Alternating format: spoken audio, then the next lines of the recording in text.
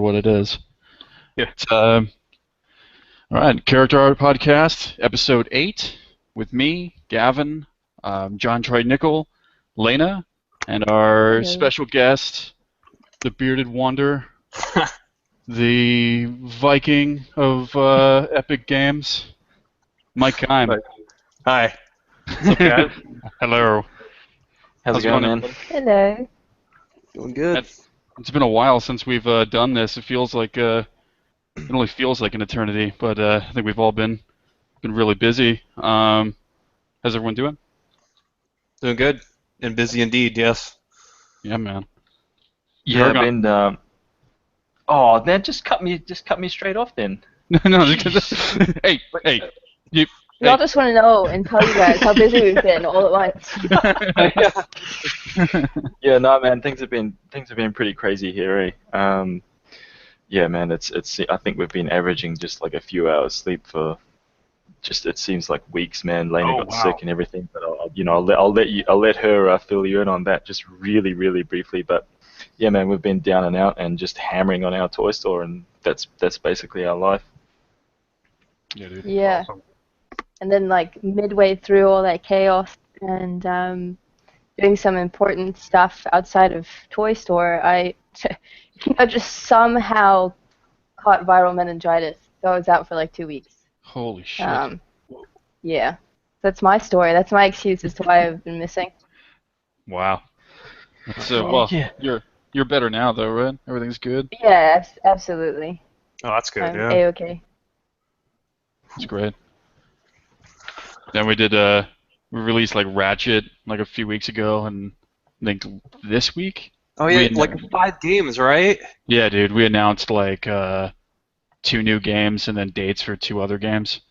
Yeah, So- I wanted to hear all about that. That's awesome. Yeah, it's crazy, man. I mean, VR stuff is kind of exploding, and we're kind of like the forefront of it right now with Oculus, and we got like 3 different VR projects in the works. So they're all kind of, well, one of them is like a first-person game, so it's kind of like naturally, what you do with virtual reality. And then 2 of the other ones are third-person adventure games that are kind of, more like what you'd expect from Insomniac. And yeah, they look great, man. The art direction on them so far is amazing. Trying all the things. Yeah. Yeah. Experiment with VR. Yeah. Yeah. See what goes. Yeah, man. So Mike, I mean, we've known each other we've all known each other for a really long time, and I've watched you and you've watched me, and we've all got really familiar with each other. Yeah, like I've known of you since, like I was doing CG chat competitions, Mhm. and then I remember when that whole thing happened, and Dominus Warner went over to Game Artisans, and like I remember all the way back then. I don't even know exactly what year that would be, but like the 4-legged creature guy that you did and stuff, and Mhm. yeah, going pretty far back. They got disqualified because of the fucking pedestal. Oh Yeah, man. Yeah. Oh, what's this? Oh yeah, What's this? What's this? Back then. way back, like with on I think it was Dominus War 2. Okay. I think so, but yeah, it had like a really vague, and I guess they always did. It had like a really vague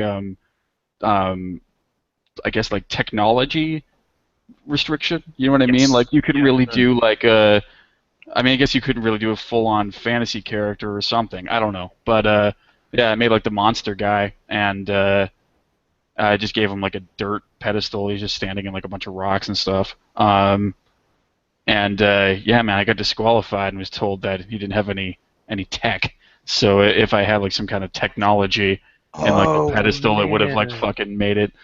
I got hit with some of that stuff, like ideas that got smacked down, but I was like working the system. I was working and I was like, oh, it has to be tech. And the guy was going to have like a broken Nintendo Power Glove, but it has like a battery pack and all this. And it was like, no, that's not tech enough. So I'm like, all right. Or it's no, you couldn't. It was the artifact couldn't have tech. So it's like, oh, but it's like the battery pack's broken. Like it's not working anymore. And it was like tech, so it turned into a Rubik's Cube. and I just worked around it. Yeah. And then, like, you're just trying to figure it out. Like, well, it doesn't work anymore, right? Like, the battery pack doesn't have the battery in it, and it doesn't have, like, it's not powered on the Power Glove. Still, it's from the world of technology, and I'm like, oh, but artifacts in the future would be technology from today, like a VCR. And it was like, nope, and I'm like, oh, but I want VCR. Yeah. for an artifact. It's So, it's yeah. always kind of weird with like the competitions that have that, I guess, that open-ended of like a creative you know, take on it or like input, right? Because you'll always have like rules to it. So you're gonna have some kind of weird like gray area on like what is and what isn't within like the rules, you know? So I think like when you do, like when Has did like the retrogasm stuff, it's like pretty straightforward like what it's gonna be. You know what I mean? Like all you really have to do is just like revive the thing and it just make good art and do that, you know? Then with like the Dominance War stuff is like, man, eventually there were like way too many things. It's like making a character in Dark Souls, you know what I mean? Like, Oh yeah. it's like it's a like a class, and then it has this, and it has the loadout. Well, this is the weight, and I mean, well, that's the Covenant that it belongs Yeah, to. I had like- trouble with that. Yeah, I had yeah. a hard time. I like the general description, and then people just kind of pushing on the walls within like a basic idea.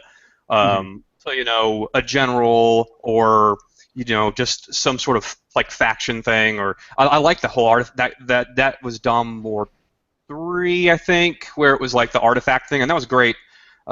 Just kind of like a more general outlook or like a layout, and then people could kind of do fantasy within that, or just some weird bizarro stuff. Yeah, it sucks that happened with you like after you were done. Like it wasn't like along the way it got pointed out. Yeah.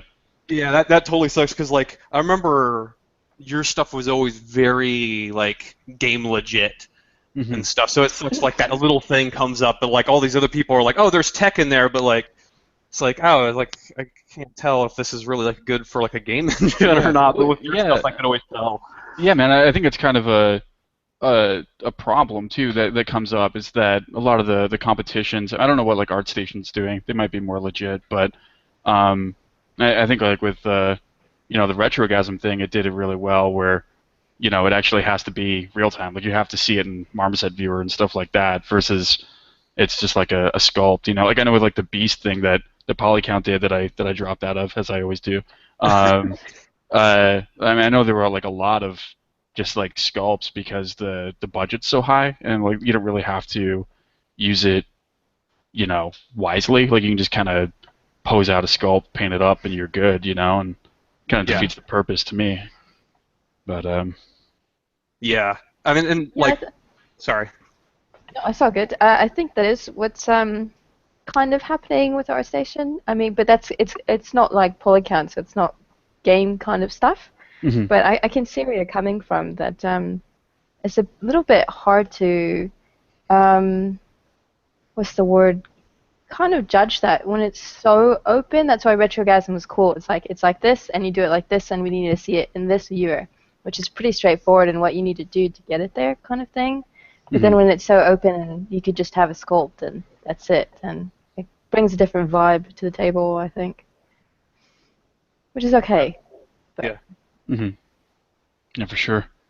So, Mike, why don't you give us like your history, like your background and I guess your origin story, so to speak. Yeah, like I mean, depends on how far to go back, but see, like getting into games, I think I always considered that I was a part of the Nintendo generation. Like it's weird. I break it down like second generation, where there's these people that are like Atari and maybe arcade, and Mario Brothers changes your life, right? Like when you see people like throwing the controller up in the air to make Mario jump over a pit, and like it's actually cool that you're like seeing that again. You see people like leaning against the G-force in VR. And I'm like, oh my god, this is what it was like when we were all sitting around playing Nintendo for the first time. Like, there's people doing things in VR that like aren't actually like helping what they're doing, but they're so into it that they're just trying it out, right? Like leaning into the wind and stuff. That's not happening. So like play Mario and Blaster Master and like River City Ransom and all that stuff. And I had two brothers, and we played a lot of games. And my brother and I had like a paper route. and we saved up money and bought like split on like a SNES, and played like a lot of Street Fighter. I think Capcom games. Like I didn't even realize it. This is stupid. Like 34 years old, and it hits me like, holy crap! Capcom had this like big impression on me, like through my whole life. Like it's so stupid how far you can get without just realizing like oh my God, Hager, and Street Fighter stuff. Do you sorry, I mean, do you like, we're looking at like your portfolio? I mean, you've done like a lot of revisions of like Capcom stuff. So I mean, you've done like Bison. I didn't know that. Yeah. I didn't even know that. Actually, really? It hit me that Airman and the Street Fighter characters and the Hager guy are all Capcom. Like that's when I realized. Oh wow. After I did the Hager one is when it hit me that I realized it was all Capcom, and then I started thinking back on it and was like really heavily themed characters. Guile next to Dalzim next to E Honda, like these really like on the nose sort of thing, which is what I really liked about like Dizzy and Gears of War and stuff like that. Like I started realizing like these things really informed like what I was into, and I used to draw Street Fighter characters all the time, and I love drawing them. Like Guile's my favorite, and all that, and so there's that, and then I think nothing probably like put me down this path more than when I got to know my best friend Mike. I owe that dude. I met him in like 5th grade, 6th grade, and he showed me this whole world that I didn't know existed. I'm from this small little redneck town, Eureka, California, Humboldt County, and 27,000 people, and it was like I started hanging out with him, and he had like a modem and he had a PC, and he started showing me like BBSs and basically piracy wares and download stuff. A little bit of that going on, Neverlock and whatnot. Anarchist Cookbook. Anarchist Cookbook and other things that you can get off of BBSs as well when you're way too young. And so he had the 386 SX25, and I saw Doom, and Doom is just like life changing. Like it changed my life. I played it incessantly. I watched him play. I didn't have a PC, and I watched him and got into it watching him. And then my mom, with her tax return money, bought his old 386 SX25, and we had a group, and was on BBSs, and he ran a BBS, and I ran eventually a BBS called The Final Frontier. It was on Renegade, and basically played Doom over Serial, played Doom over the 14.4 modem, and I was a part of the group. The group was Elite Lamers, and and that was our little crew. He was president, and I was vice president. This shit is so silly. It's so silly, like saying it out loud. Like I haven't even talked about this stuff in forever, and you say it out loud. You're like, oh, president, Prez spelled Prez. Oh Jesus. Oh yeah, man. Oh, dude, yeah, we're gonna get into it a little bit. The whole like elite speak, right? Like lowercase vowels, uppercase consonants, and stuff. Oh, and I was like the artist, so I did ANSIs, and I did ANSI art for us and for the BBS, and like Legend of the Red Dragon on my board. I used to modify that, and that's how I first got into digital art, was using a program called the Draw. That sounds legit. And it's like, and I couldn't use a mouse. I had to use a keyboard because the mouse IRQ conflicted with the modem, and there was no way I was getting rid of the modem. That was like your connection to the outside world and like getting games and stuff, right? Getting on BBSs, and so I started doing ANSI work, and my friend introduced me to like Acid and those crews that used to make like amazing ANSIs, just blow me away. Couldn't believe some of the stuff they're doing, and like the old demo stuff where it would be just like a pencil, a pencil made out of like 25 polygons or whatever it is, just spinning, and like goes through like a reflective floor, and you're like, wow. Do that sort of thing, and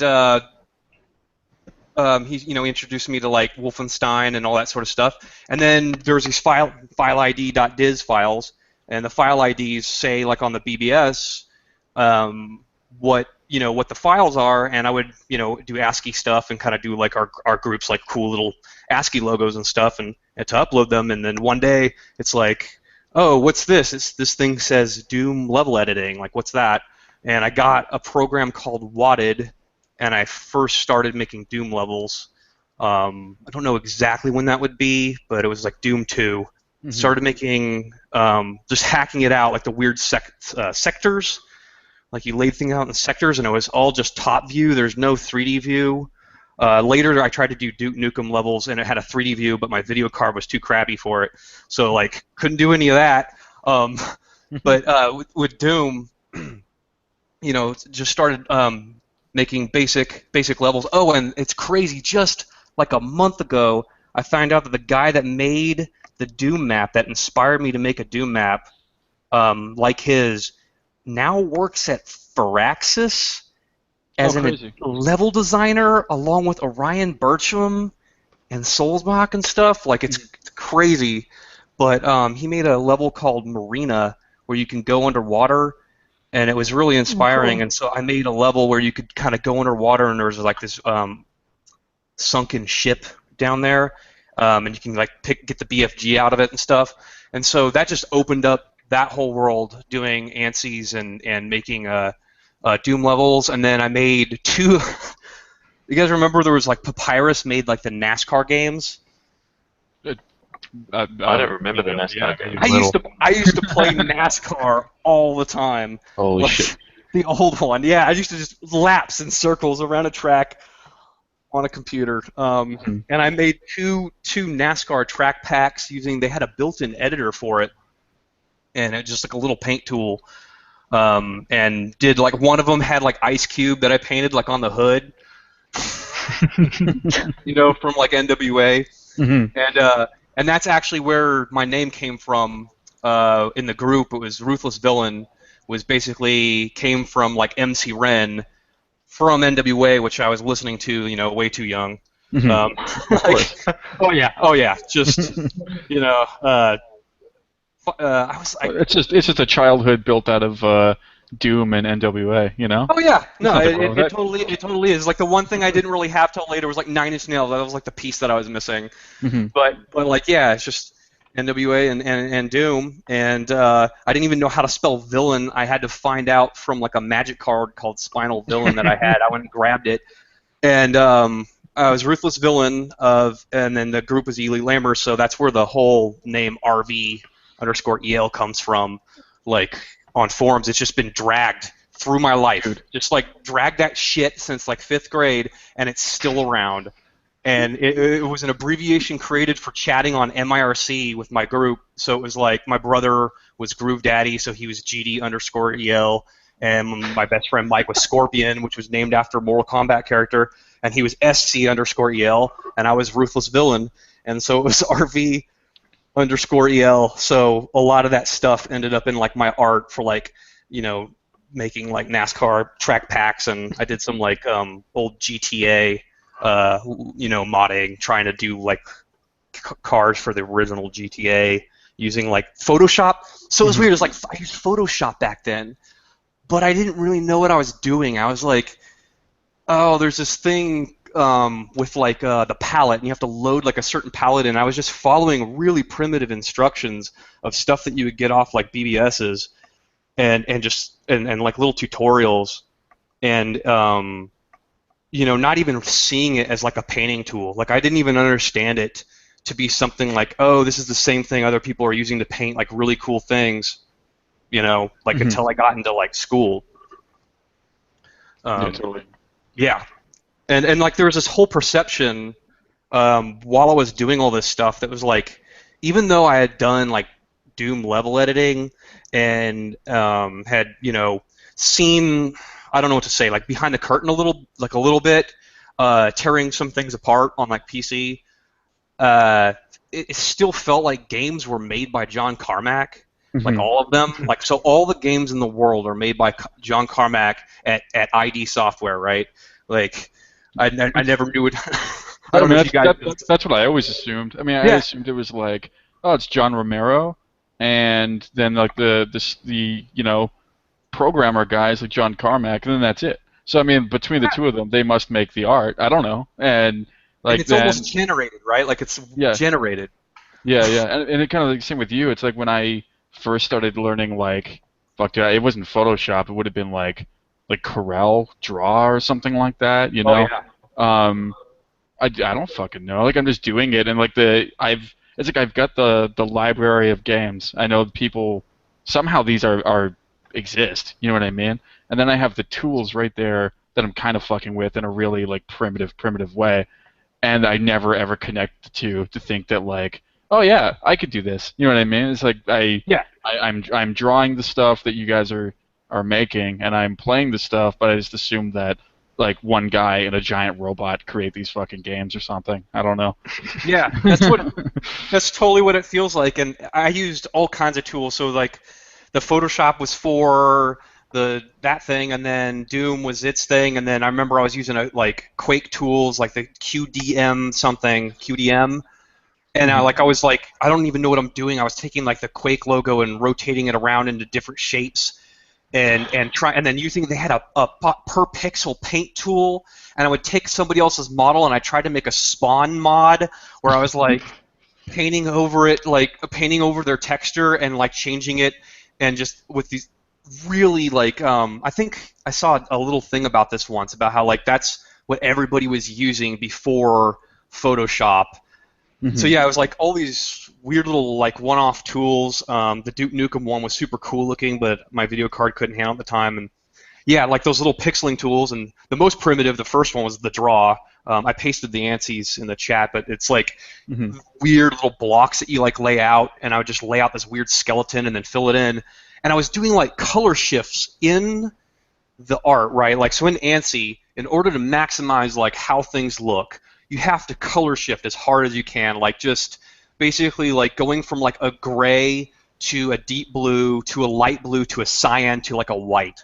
And I was doing that without any concept of what I was actually doing. So you get those tools like really primitive that break things down, and it forces you to learn things by looking at like people from groups like Acid, and I'm forgetting the name, Ice. Looking at groups like Ice, right? And looking at their art, and then later getting Photoshop in college, and then just like burn tooling and dodging my way into oblivion. Like just you just gave me everything at like 18 years old and destroyed it. And it's crazy to look back now and be like, oh, I was doing this thing that would have been really helpful if I understood what the fuck I was doing. But that actually describes everything. That describes like getting into games where it's like like you said, you didn't really see like you could do this thing, but you were doing it. Like you were fucking doing it.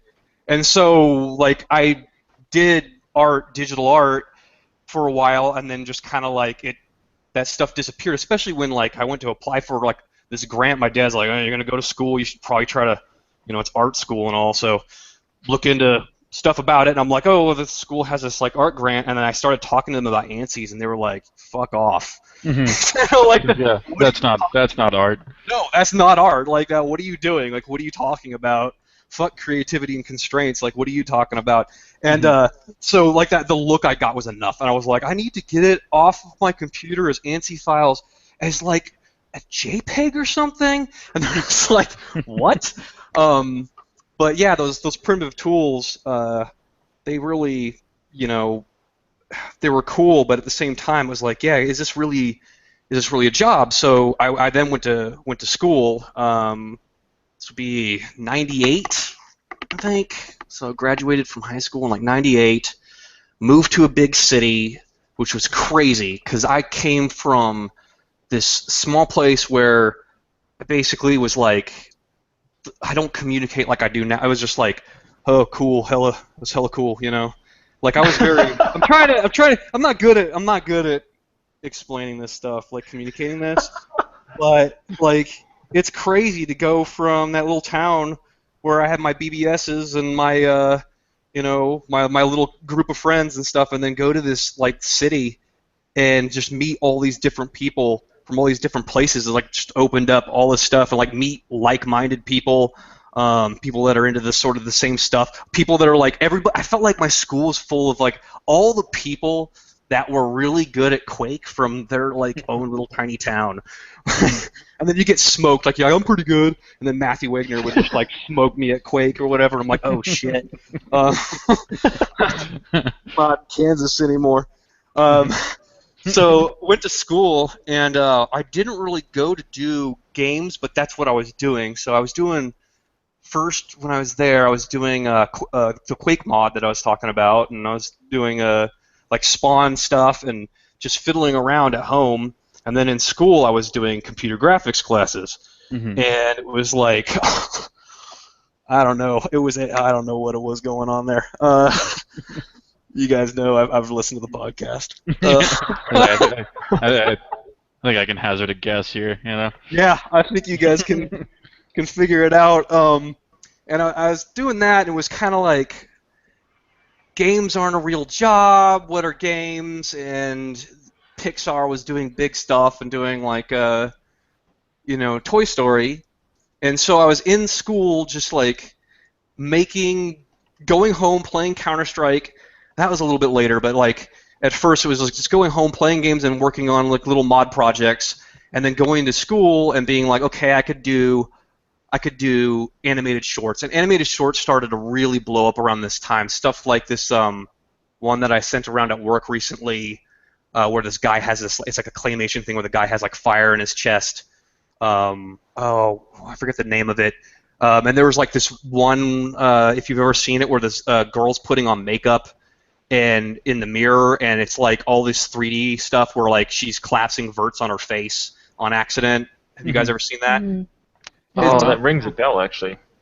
Yeah, I'm really bad with names of stuff. Like I keep forgetting, even though we just watched this like a couple weeks ago. I just can't remember anything anymore. But it's really cool. It's a really cool video, and that stuff was like, it felt crazy going to school between like 98 to 2002, because it was a crazy world, jumping out of like a small town, and the Matrix doesn't exist yet, and Lord of the Rings, none of that stuff. And then going to school, and within like a very short amount of time, it's like the Matrix happens, Spider-Man movie, like the fucking cave troll from Lord of the Rings, which just like blew my mind. I mean, that thing is like, I love the cave troll. It's one of my favorite characters ever from that movie. And all this stuff happening, and I thought like, okay, I'm going to try to do CG, and I'm trying everything. I'm trying animation, I'm doing modeling, a lot of Max, some Lightwave, and Maya and stuff. And I just, as I went along, I found myself kind of like not wanting to animate. Like my hat is off to animators. Oh my god, like just magic makers and amazing stuff, and I just like can't do it. I just did not take to it, and I always find myself going back and making game models. And then one day, Matthew Wagner was like, "Hey," he was in my class, and he's like, "You doing this game stuff, and you're in the like computer graphics classes. Like, there's a game class. You could join up with us." I'm like, oh yeah, like my dad and my family, and there's that weird transition between like 16, 17 years old and being like 20 and away from home, and it's just kind of like, yeah, I mean that's what I like to do, but there's like, I'm going to this school, I'm like, you get a job at Pixar, that's what you do, right? And he's like, isn't that what everybody does? Yeah, that's what the school does, and that's what makes money is movies, and games aren't real. And then he's like, let me show you what we've been doing. And I go to his place, and he's got this whole level up in Virtuals that they've been making. And I'm like, oh, shit. And he's like, dude, you've been doing he goes, you've been doing more stuff than most of the people on this project and the people like in the game stuff. He's like, dude, come join, like, come do this and make some of this stuff with us. So I was like, all right. Went back to the my roommate, Sean Wilage, and it was just like, dude, because he was doing the same thing. He was into the game stuff, but he wasn't in the classes. And I was like, want to do this? And we signed up like the next day. Like, went right down. The guy was just like, okay, so this class that you took in like animation in Maya, or like using these weird SGI computers and all that, like that is now an elective. And and like this applies to this now. And like we're gonna put you on this game track. And it was Thomas Applegate was the teacher, and he did like the art for like Bubsy for like Super Nintendo. Oh, awesome. Oh, Which I had painted in tempera. That must have weirded him out when I told him. I painted it in tempera like giant when I was in high school, like a big giant like poster of Bubsy. Mm-hmm. in like tempera paint for like class for school. It's like what? Um, and I used to paint like magic cards and stuff like that. And he was the teacher, and he also did the Batman art for the Sega Genesis Batman. And it was a very small class. Like we're talking like 5 people. Like there was times where it was like 5, 6 people in the entire class, and just that started sending me down that road. And we did Serious Sam modding, and if Serious Sam was free, it was out there, and we got like free help. It was great to meet those guys one day at GDC because it was like I was the kind of technical dude, and I was contacting them a lot on the forums and trying to figure out how to do Serious Sam mod and just making characters and trying to get them to run around in the game and stuff. And that was where I kind of switched over and did the whole like screw it, I'm doing it. Like don't need to tell anybody. Just I'm doing games now, and I'm going to try to make that the job. And then Matthew, the same guy, was the one that introduced me to GDC, and I've basically been going to GDC now for 15 years or 16 years straight. Whoa. I think. Jesus. Yeah, That's a lot of years. it's too many. I really should have gone somewhere else for some of those years, but Yeah. I feel bad now. Like whenever I meet up with you in San Francisco, and I'm like, man, I don't know. Every year I kind of like GDC like less and less, you know. But I've only been going for like 5 or 6 years, you know, like not like 15 years.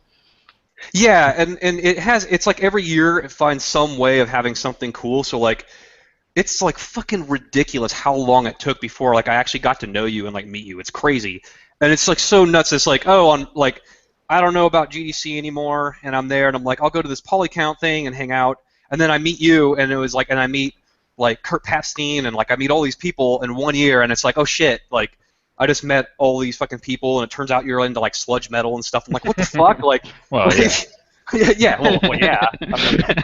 And I'm like huge sludge metal, like.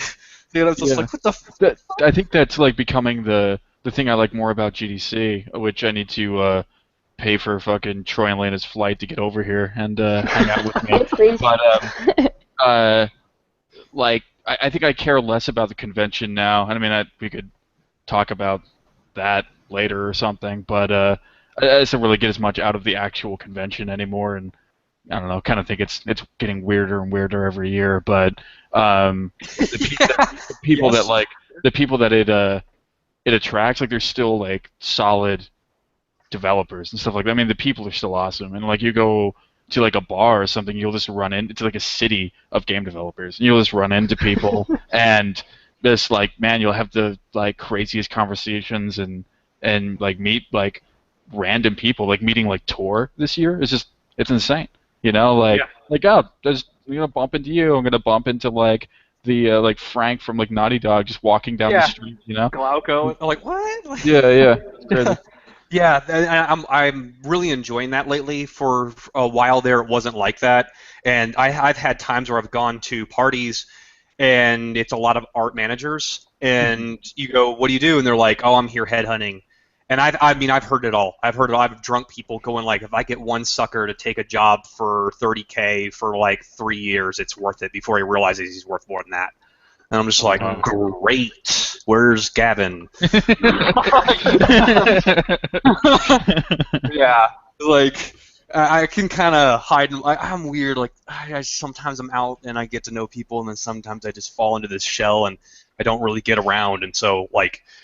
Like I swear, John, you approached me like a long time ago, like, hey, what's up, dude? And it's like, hey, and I'm like this huge fan of your stuff, and like I love looking at your stuff. Like the reference for my work is like, oh my god, it's amazing. But like, it would be totally cool to meet you at like GDC because like I feel like I get out there a little bit more now, and like like GDC and stuff, like, especially after a couple of those polycounts where it's like, oh shit, like.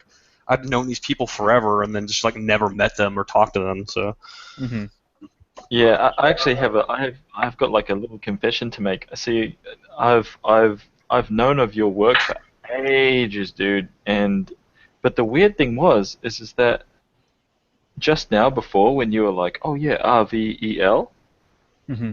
I was like, wait a minute, you're RVEL? It's like, hold on a second. Oh, this Yeah, is good. yeah, dude, it was like one of those. The moment you said that, I was like, hang on a minute. Fucking opens up Google, starts typing some shit, and I'm like, what the fuck? So I've had that happen quite a bit where people have linked like pseudopod and RVL, and that's just it's bad. I didn't like I knew I was a ghost, but damn, like Wow. We're sitting here talking about like GDC, and fucking Hazardous is having like the Da Vinci Code happen in his life right now. Just like figuring out all the fucking mysteries of game art right now. yeah, and it's man, so much history. It's like I don't even know. Like I'm freaked out because I'm like I get misunderstood or whatever a lot, and like the internet is full of that. So I'm just like, oh god, like at the polycount thing, I'm like. There's like, who are you? It's like RVEL. I don't know. Maybe I pissed you off once. I don't know. Yeah. I didn't mean it. Like I swear, I'm an alright dude. I think. Yeah. No. Yeah, that's crazy, man. Fuck. Yeah, I've like known your stuff forever. I mean, the whole brawl. Yeah. The brawl stuff, and like I saw your stuff in a reference for like something I was working on like the other day. Like just going through. It's the green render girl with like kind of bat wing stuff, like leaning forward. Oh, Morgan. Morgan, Yeah. yeah. The Dark Souls. Yeah. So yeah, Morgan. Yes. Yeah, that's a good one. Oh, that's Yeah, that one. classic. I mean, they're all good, but that's a nice one. And yeah, it's like, but yeah. So and GDC can be good for kind of getting out there, and there's like a rotation of people, but I've been going since like for 15 years and started in school. I actually didn't go the first year. I was like, I have midterms and I have school to do and I have to like deliver because that's how I was raised and that's how I am, and it's like I'm not going to skip school to go to GDC, and I missed out big time, and I didn't miss it since. Like it was people were coming back with swag and talking about the stuff that they learned, and as you guys know, it's like some of it was stuff that they learned that was like the school couldn't teach, Mm-hmm. and it was more than you could learn at the school in like a really short amount of time, incredibly short. And they're just like, I learned this, and this guy said this, and to be honest, actually, GDC crushed some people. I saw it actually like because it was local. I went to school in Sunnyvale, which is near San Jose, and I lived in San Jose, and it was in San Jose at the time, and it moved to San Francisco. So we used to be real local. So I did the CA program with like Ian. That's the guy who runs, and Tim ran the CA program, which is a volunteer program. You get a free ticket, and then you have to work. And so we all did that, and Matthew did that, and those guys, and they got me into it, and did that for like 4 or 5 years.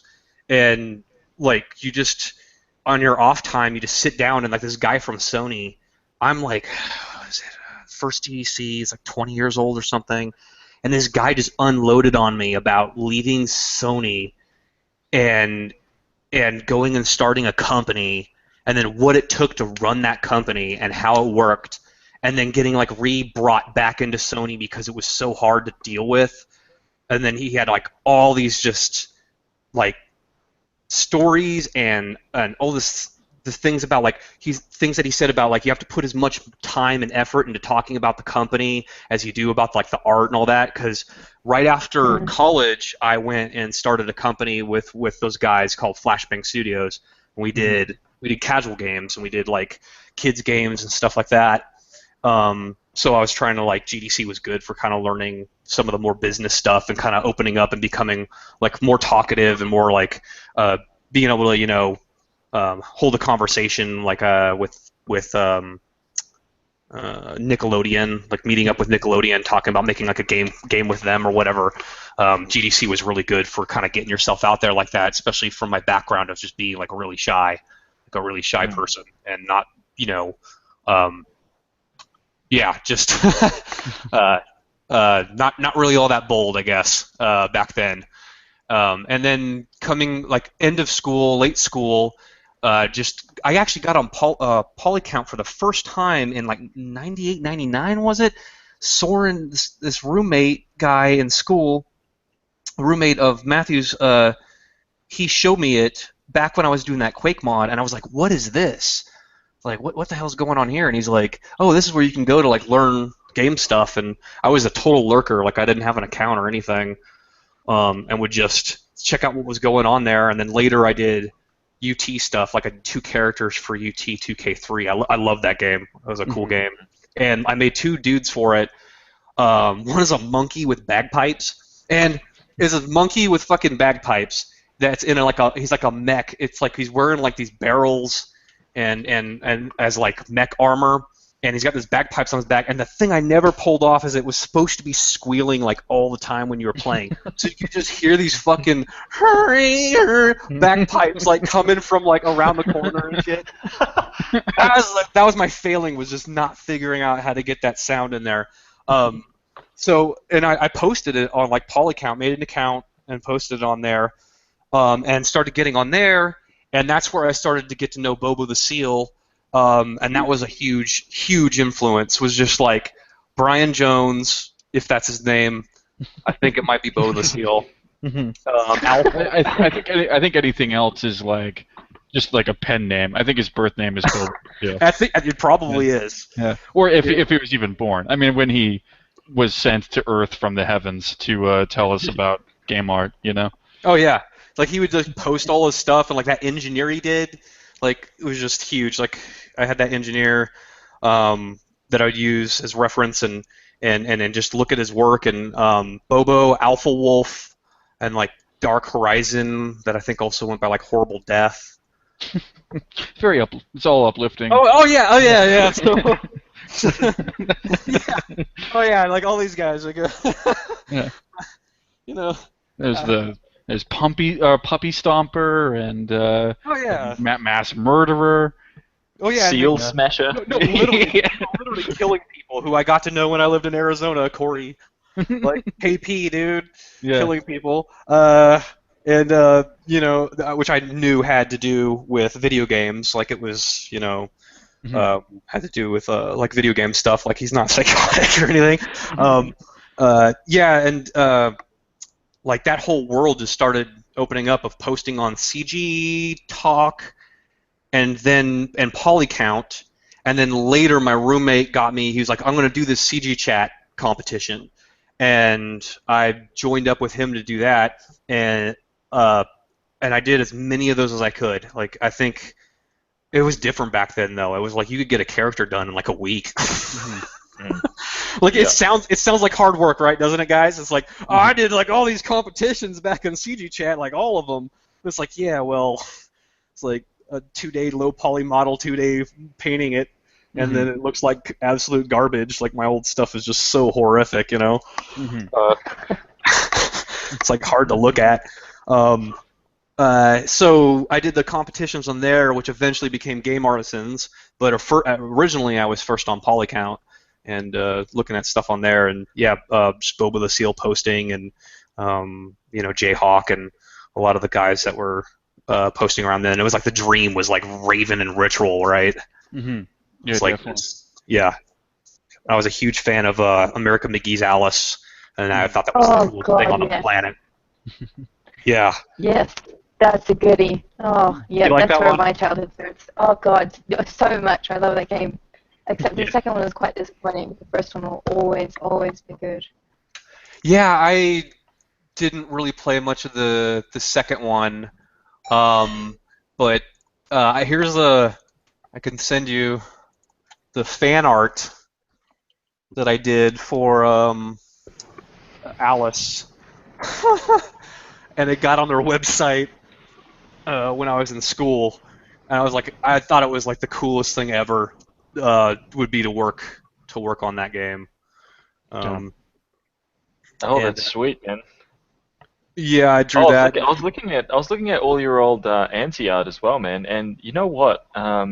Actually, kind of brought back tons of memories because I was hooked on BBSs and stuff, and specifically fucking Legend of the Red Dragon, dude. I played that religiously. Oh, nice. It was like the first kind of like BBS game that I just. It was like when I got home from school, man. I had to like clog up that phone line, get the parents like super pissed because there was no phone, and every time they pick up the phone, it would just be like fucking modem noises and shit. And yeah, man, it was like Legend of the Red Dragon, and I think the other one that I got hooked on was like Usurper or something. Yeah. I can't remember what it was called. I didn't really play it, but I know I think there's Usurper. Yeah. Yeah, but seeing all this anti-art is kind of like it's brought back some crazy memories, that's for sure, man. The stuff's awesome. Yeah, like the weird, if you zoom in, you get to see like the lowercase vowels and like how things are spelled and the weird color gradient stuff that is like super cool at the time. Wow. Yeah, it's so weird. Yeah, Lord was awesome. I met Seth. It's Seth Robinson, right? That made it, right? I met him at GDC, and that was kind of crazy to meet him. It was like, holy crap! I was a big fan of your game. He was nominated for an award for a game called, and I played it, called Teenage Lawnmower. Have you guys heard of this game? No. No. Go check it out. The guy that made Legend of the Red Dragon made a game where you're in a poor family and you're this kid and your mom is she's divorced and you're mowing lawns to help support the family. Jesus. And it's fucking dark. Is this game about me? Dude, so it blew my mind because I was like, I know this guy. Awesome, he made Lord. I'm gonna play this, and I'm pretty sure, yeah. Hope I'm not wrong about this. I'm pretty sure. Robinson Technologies Teenage Lawnmower, and I played it, and you're like mowing the lawn, and it's got this dark music, and it's like, oh, you saved money, but this thing broke because your mom's boyfriend's an asshole. Oh, shit. And so you got to maybe you pay for that now, and you're like, oh my god. Growing pains game, man. What? Wow. You're 17 and your life is a living hell. Between your alcoholic mother and her abusive boyfriend, you've got nowhere to go until one day the glistening metal exterior of your family lawnmower catches your eye and it changes your destiny forever. That's the little synopsis. Yeah. Dude, why can't we have more of that stuff these days, you know? We need that release on the PS4. My goodness. Yeah. Oh, indie games started in like 2007, right? And it's like, no, dude, this is like 2003 or 4 or something like that. That's crazy. But yeah, that's cool that you played Lord. Did you start doing things where you were playing on like multiple BBSs, like almost like people did with WoW? Yeah, absolutely, man. I was doing that all the time. Parents were just getting so pissed because I'd just clog up the phone line for hours and hours and hours, and somebody would pick up. Back when the landline was actually like the biggest form of communication you had with the outside world. Everybody needed to use the phone, but I just clogged it up with fucking BBS. That was great, man. Yeah, that's the first addiction I think I really felt was that game, and then went on like a vacation somewhere and was just like, I gotta get my rounds in. Yeah. I could feel it, man. So, what was like the first job that you landed? Like other than so you went to Flashbang? So, did Flashbang after coming out of school. I actually landed at a job at a company called Tremor Entertainment on an Xbox game that was appropriately called The Unseen. It was perfect. Like afterwards, I was like, "Oh man, I couldn't have a better title," because it got canned and nobody knows about it. There was a game for the Xbox original called it was a Buffy the Vampire Slayer game, and it was similar to that, but it was all original IP, and it was a dream. It was like the coolest thing ever. The main character was modeled after, her name was Moira, and she was modeled after the Feruza Balk from The Craft, which is just like, that's the coolest thing ever.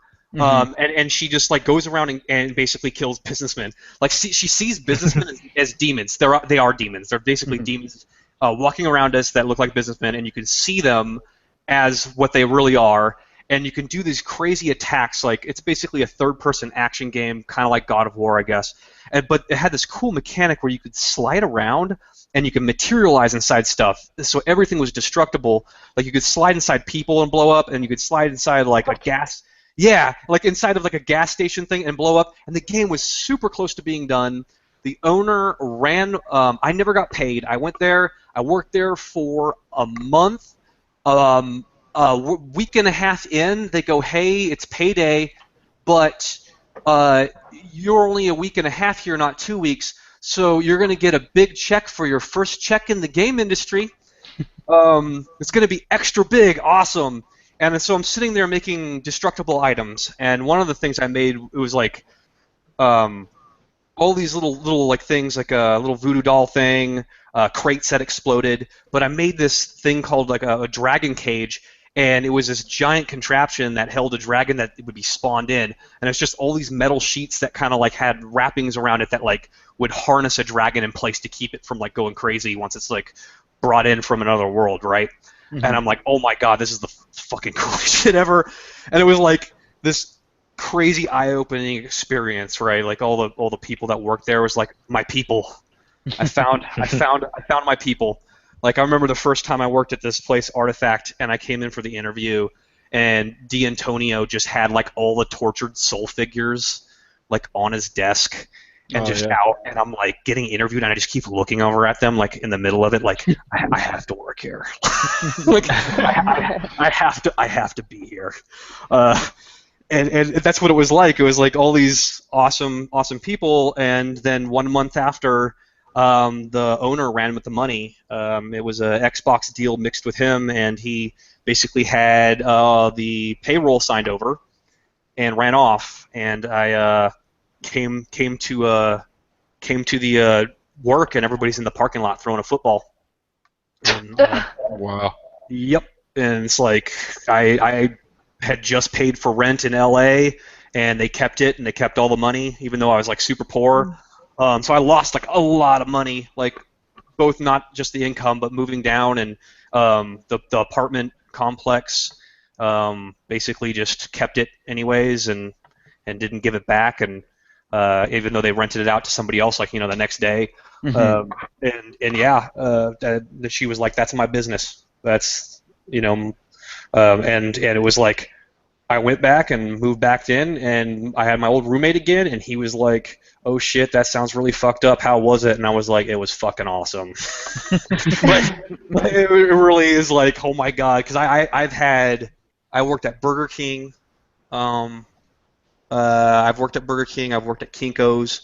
I used to do manual labor for a guy that digging trenches, and we used to go out to his cabin and split wood and do all that kind of stuff. And so it was like getting that first job in the game industry. I'm like, I get it. I like stepped in the door and got pushed out. I got to do this again. Mm-hmm. But it was really hard at that time, and it was like impossible to get a job.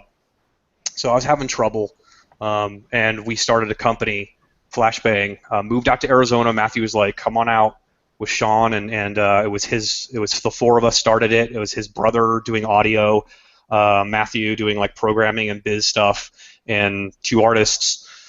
We were looking at the casual trends at the time and spelling games and that sort of stuff, and did that. Ran out of money, as if I had any, right? Like, I have no money, and it's getting worse. And I picked up a job at Artifact Entertainment, and they were making an MMO called Horizons, all capitals. I don't know. Which is important because you don't want to not scream Horizons. Oh, no. Like all capitals, yeah. Horizons, in your face. Yeah. And that was an awesome job. I worked there for 9 months, and it all went down and fell apart. But I met a lot of great people there. A lot of them went off to Blizzard. The guy that did the rigs, a good friend of mine, Chris, was there and got to know him, and he went to Blizzard and did the rigs on World of Warcraft, and just got to know. That was where D'Antonio worked and had like all the tortured soul figures, and he like used to play in a metal band, and he's fucking good, dude. Mm-hmm. Like he's like one of those guys. I call him double lifers. Mm-hmm. Like people that like had like this past life where they did something really well, and like he toured with like really good bands and stuff, and then just said screw it and like they lost their drummer and couldn't get a drummer. I was like, dude, I've heard this story from like every metal band that I like. Like, we lost our drummer, and that's why we haven't done an album in like 10 years. But it's just hard to replace. Yeah, hard to replace. And he did games, and all those guys there were like super cool. And it was I was an environment guy, and got hired on. It was PC, so it was a higher poly than a lot of the stuff that was going on consoles. I didn't really deal with consoles at all until later. I was a lot of PC gaming and a lot of working on stuff for the PC, all the way up until I got the job at Liquid Entertainment and eventually worked on Rise of the Argonauts, which was like 2005, 2006. Did you work there like in-house, or were you doing like outsourced stuff from home? Artifact? Oh, Liquid? Oh, Liquid was so that's Liquid Entertainment. So fuck. This happens. Dude, I know. Fuck. Shit. Liquid development. Yeah. I just hear Liquid and then choose not to hear anything else after it, I guess. No, it happens every time. It just happened 2 weeks ago. Somebody was saying something about Liquid, and I was like, oh yeah, Liquid Entertainment, not development. Development's in Oregon. Entertainment was in Pasadena, and they did RTS games. Starting out. Did they do one that had like didn't like Fang do the concept for one of them? It was like a man. I don't know. Maybe you know more about it than I do, Troy. But I remember there being like Beast guys and stuff like that. But I can't remember what it's called. But it's from a while ago. It would be like 2002. Yep. Yeah. Battle Realms, I believe. Yeah. It was Fang. Yeah. Yeah. Yep. And he was a part of that, and then several years later, more RTSs, and then I worked on a Desperate Housewives game. Wow. I did. That's good stuff. Yeah. The game, the company Flashbang, I left, and I had no money, and was like, well, I'm going to look for a job. My dream by that point was Oddworld. For like Oddworld is like these people, and when I lived in Arizona, these people came into my apartment and they saw what I was working on, and they were like, whoa, that looks like Oddworld kind of stuff. I'm like, what do you mean? And it had to do with like it being a weird character that was themed as being like a colonial, person, and it was like lots of purples, lots of alien stuff, like weird tentacly feet with like purple colors in the shadows and like in the skin and stuff. And she was like, you should check out Oddworld. And I'm like, oh, I've heard of it, but I didn't really know it at all. Like I'd seen like a friend of mine play the original Oddworld game a bit, and so it wasn't really there. And she's like, they're doing this new game, Stranger, and I think you would dig it. And like, I'm like, okay. So I ran a search, and it was like, fucking holy shit, this is the coolest thing I've ever seen in my life. And immediately after that, it informed a lot of my work. Like I could show you like leading up to it, where it was like they were like, oh, this stuff kind of reminds me of Oddworld, like in terms of weird, funky looking creatures and stuff with really on the nose kind of like backgrounds, or premises and stuff. And then just right afterwards, like couldn't help it, was just really influenced. And Stranger was like one of my favorite things ever, and was just really into that. And it was Stranger was one of my favorite games, and I always wanted to work there. And they kind of stopped making games. And as Flashbang was going on, it wasn't really working out, and so I left and basically had nothing there for a while, and it was bad. My first 2 paychecks at Liquid went to other people, like my aunt, thanks, and my dad and stuff. Which some of the money I didn't need, but it was safety money, right? Like it was like I could just hold on to it. It wasn't really like I have to have this, but like, oh my god, don't go move to LA and then like end up homeless, type of thing. So it was like applied around and wanted to be a character artist, and I wanted to focus on that, and I was practicing it at the time, and I was learning ZBrush, and ZBrush was just early on, just like barely any resources, tapping a couple friends on it, trying and failing, trying to understand normal maps and sculpting in it, and everything was like half and half at that time that I was doing. It was like half hand painted, half like normal map driven. Mhm.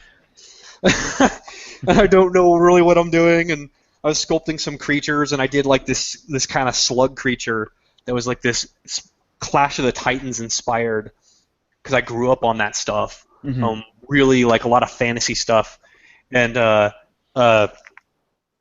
this Clash of the Titans kind of slug dude, and applied around a liquid, was looking at it, and they were like, we can't tell you what we're doing, but and then nodded towards it, was like, the thing that we're going to be doing looks a lot like some of the stuff in your portfolio, and got that job and moved down to LA with like nothing.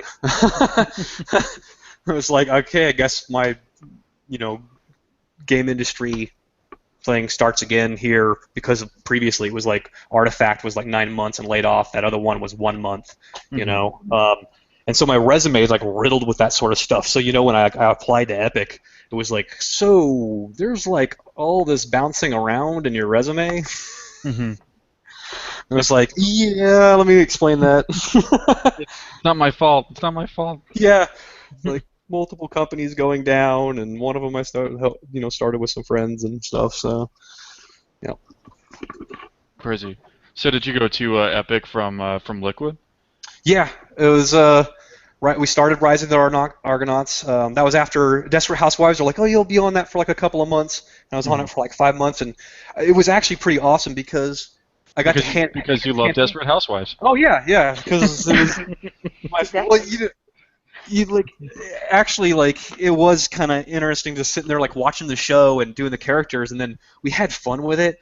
So it was like we did like a psychologist guy who was like really like just a big fat dude. I made it to where like the buttons look like they're gonna pop off like on the front, and like the shirts are like stretched, like in between the buttons, and like the little bottom part of the shirt's like sticking straight out. And I did like a Rorschach on his head of liver, because it's a top-down game. Like the liver spots on his head were like a Rorschach. They had me tone that down a little bit. At first, you could just obviously see there's like this Rorschach of liver spots like all over his head. And we did this like pharmacy guy that we all got together, and we were like, oh, he has these high water pants, and there's this dorky dude, and we tried to find like the silver lining. But like what was cool about it was I actually got, for a short period of time, I got the hand painting thing like out of my system. I had been practicing that stuff for so long and never really getting to put it to use. And I really loved like I'm gonna screw this up. Pior. Yeah. Peoria. I don't think I've ever heard or said his name out loud. Okay, I feel better then. Yeah, like his stuff was amazing and stuff like that. And I was doing that at home, and it felt like right when I was about to do better at it, like I started to understand it a little bit, I switched over to like normal maps and ZBrushing and learning that sort of thing. And they hired me for that at Liquid. They're like, you're the guy that like I'm like, I don't know shit. And they're like, you know this because we've been doing RTS games, and it looks like you know how to do normal maps. I'm like, no, I don't. Not as well as you probably hope. And that helps. That helped a lot. Like jumping on some new things like that can definitely help you, bootstrap like a job. Because character work is like, I was the only guy. They hired me, and they told me I was going to be working with all these people. And I'm like, where is everybody? This is a kind of a ghost town a little bit here. I thought you said there's going to be other artists and stuff.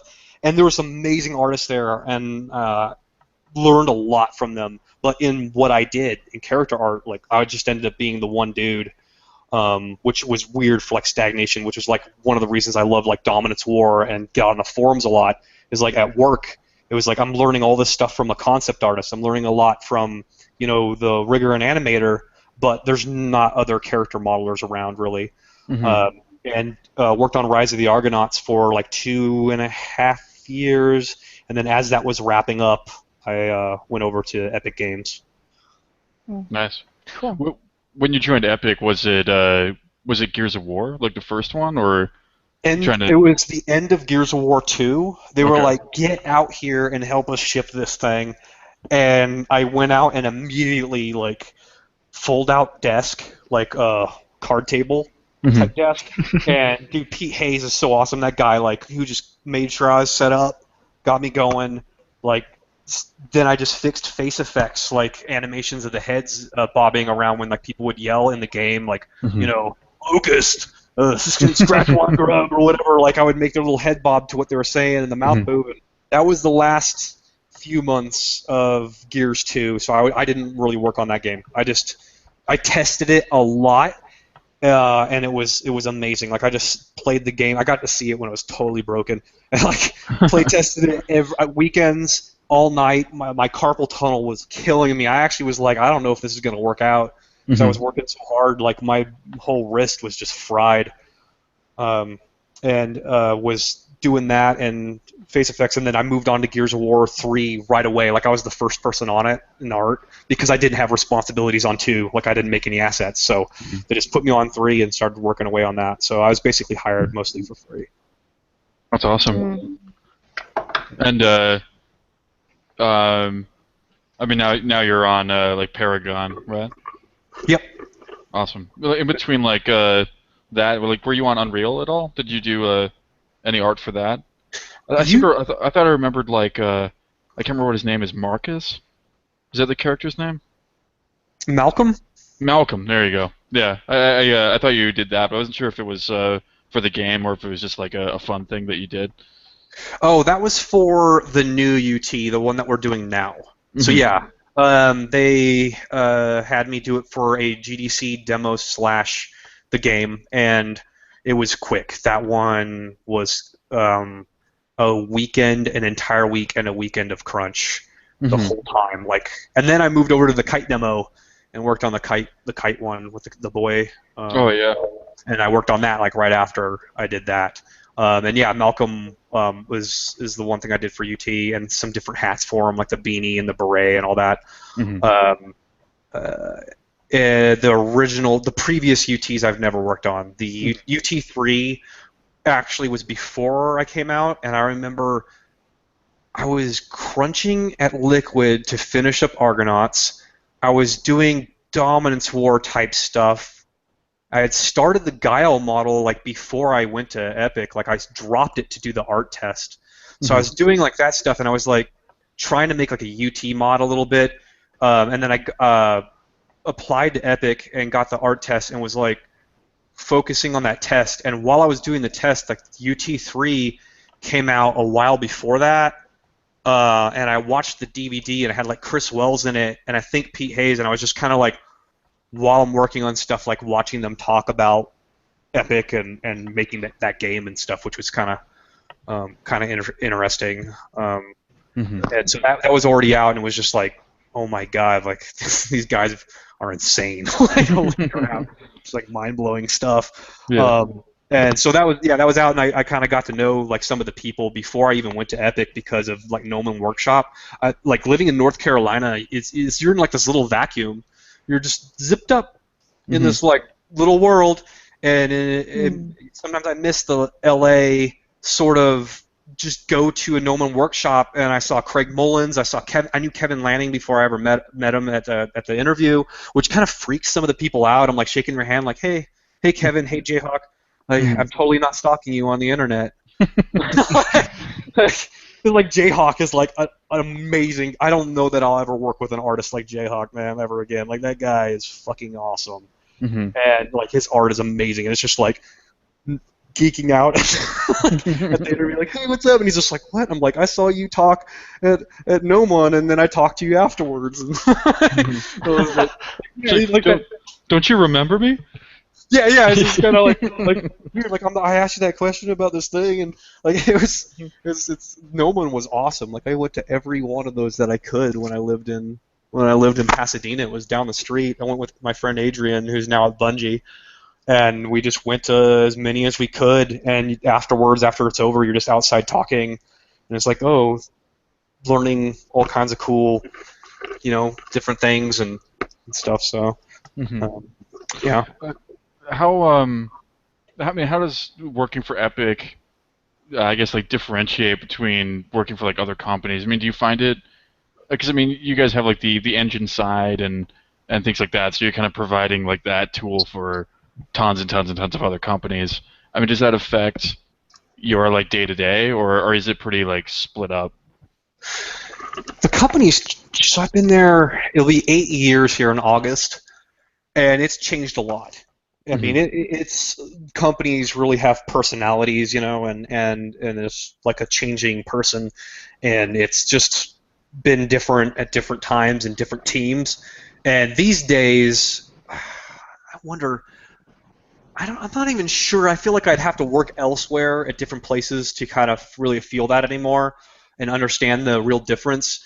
What's great is I can go talk to somebody and kind of, tell them what I think would help for licensees and help us like at the same time. And that's great conversation. But a lot of it is like their team and our team, and we just crossbreed where we need to when we need to. And I don't deal with too much of that, but there are times where it's obviously like demos, right?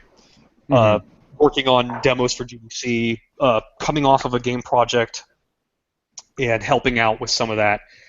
So, middle of Paragon, oh, hey, we're doing the kite thing, or, the Infiltrator demo. Some of those demos, there's strike teams that come up, and you can be a part of it. So I guess, that's probably quite different than a lot of other places, huh?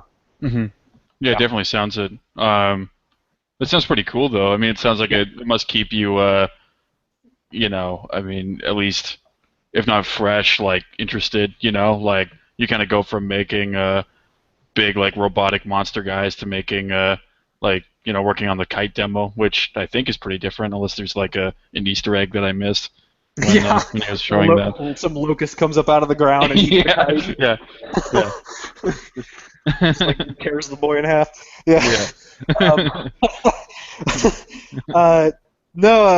That part can be good. I've been pulled, like, what's cool about having multiple projects like Fortnite and Paragon is getting variety, but I actually kind of got into doing that less. I used to think that's what I wanted more than anything, and I do want variety. I want variety within the game I'm on, and I think that's a lot of artists' dream, right? Is to just not be making like the same thing over and over, and have like a lot of different things that you're doing. And moving over to Fortnite, it's like great, it's a different style. Like I'm doing this stylized stuff, and I love doing that kind of stuff. But as time went on, it felt like I would lose touch with the main project I was on because things were moving so fast and changing so fast, and then I would kind of step on toes. I even did that with the Malcolm, where it was like you don't realize that you're kind of messing with other people's systems that you didn't like really fully get to understand. And so you're like, oh, come on over to Fortnite and make this character, and like they're installing Maya on my machine to have me help pre-rig a character, and it's like a whole different workflow, and I'm like, what's happening? like what's happening right now? Like they're installing stuff on my machine, and like the animators and artists have a whole, or animators and riggers have like a fully different kind of workflow, and I'm down there talking to them, I'm catering to that, which is awesome, right? Like I'm learning new things, and I'm catering to a new thing, but also at the same time, there's somebody who's like, you're going to bang this out in like a week, right? And it's like, when I thought it was like just modeling, and I didn't realize that there's a whole modular system for where the hands go on these guns and all this stuff. So this just turned into crazy stuff, and it's brutal when I feel like, regardless of being somebody that's coming over to help out on something for a minute, people are like, oh god, he's really messing this up, like he's really messing up the system. And I kind of let them know, I'm like, I would love to do some things, like maybe in a vacuum, but I mostly want to be like on Paragon and try to push on that as hard as I can. I think it makes sense, like I imagine like just kind of like airdropping into like a project and just relearning like a new system and trying to like be up to speed like immediately, and then like jumping off is I mean, it's probably like a lot harder than just you're on the project, all the different like facets of it, and you can kind of be more like, I guess, more involved, and like other with other departments and things like that. Things get really intricate and involved, and I think that's a good thing. The downside is obviously what I was just saying about like, well, I don't really go over there and do stuff with them much, even though there's times where it's like, okay, I'm sick of this, like I'd like to go do something on that project. The upside is, what I like about Epic and what I always like is just less people doing more, tighter teams, like a tighter relationship, and trying to push on things. Like, so, okay, this team is going to try to push on all these things. That means it's rapidly changing, like all the time, and it's just a little seat of the pants, which can be a bad thing, I guess, but that's just the nature of it. It's not a set pipeline of we're making this game number 12 and, oh, welcome, and slide on in, it's all the same here, and we're forcing you to do things a certain way. It's more organic to the team, the personalities on it, the people on it, kind of inform the pipeline and how they're going to do it. And so it's almost like you're just coming into like a group or a band and you're just joining in, and you're just doing like different riffs than they're doing. And it's like, no, I'm sorry, like we're a little different here. And they're right next to you, but it's just different, and I like that because it's tighter, it's personal, and it's pushed. And by pushed, I mean just like I learn the Fortnite system, I do it, I disappear, I come back 5 months later, it's different, right? It's like, oh, I haven't been working on this game. You guys totally changed like some of the ways that you're working now because you want to have like a new system in there. And that's just, I guess that's just game dev, right? Like Paragon's had its stuff too, where we had one way we did eyes, and now we have a different way that we do eyes. And there's legacy stuff in the game. Some of the characters are like under poly count and under budget, which is fine. They run, if they look fine and they run good, then great. But the budgets change and things change. So that bouncing around for some, I think for some group people, I think for character artists, it's a little crazier than maybe some other disciplines. So some people move around more, but the character artists at Epic can kind of not move around as much, and that's kind of a topic that I know we could definitely get into, of like the ever-growing responsibilities of a character modeler. Yeah, I mean that's kind of. I mean we were kind of chatting about it before we started like recording, but like wondering about like your career trajectory and the different options that you have, right? So, I mean, I guess like for all of us, like kind of how we're ascending, like where you see yourself going, like I mean, is the end goal to be like an art director? I mean, is that the goal for like every artist, or like doing your own thing, like I mean, Hazardous is eventually going to be like fucking Hasbro in a few months, like Awesome. like so but yeah, I mean, even just I mean, I guess even on like a smaller scale, like just the different like responsibilities you take on with your job, right? I mean, even learning, like learning new stuff, like learning new like programs or whatever on like a technical level. But then like for me, I think I'm even interested in learning like scripting and stuff like that. So Yeah, blueprints, right? Yeah, totally. And I have horrible option paralysis, like just really bad when I don't have something to just focus on and, blow hours making something cool, just pick something and go. As soon as I finish a project, I freak out because I'm like, I'm doing 3D printing, I'm trying to do illustration. I know that people are like, oh, that's not an illustration because it's not made this certain way or whatever. I don't know, like all that weird stuff, but I'm trying to make like 2D images with stories in them but I use 3D. Like I kind of try to like exploit everything I know, like from game dev, from everything from 3D printing, like to do these different things. So, like okay, I want to do like magic card looking art, and then I also want to learn blueprints and like try to be able to just load up UE4 and get like a character running around in there and do like game ready stuff. And it's just so many things. It starts to spread really thin, right? It's hard to know where to focus, and because of that, like I don't know. Like I really don't know. I'm really enjoying still just making characters for games, and I'm loving that. And I think like I said about the growing responsibilities of a character artist.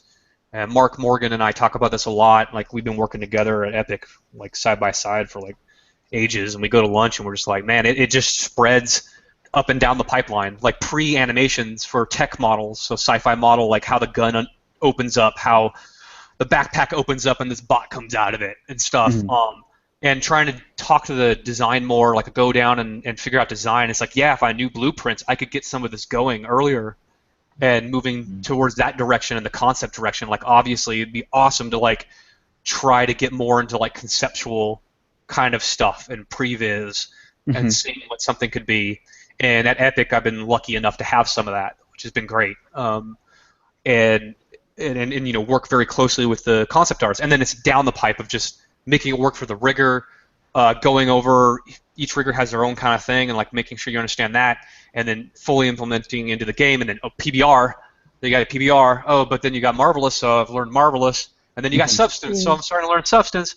Oh my God, when at what point does it like bifurcate, right, and just split into specialization on a level that old me would just be like shaking his head and looking at me going like, you suck, dude. What we talked about this. Old you, young you, or whatever we call, like the past you said it was never going to get down to this, like you only do sci-fi models, or you only do fantasy, or you only do creatures.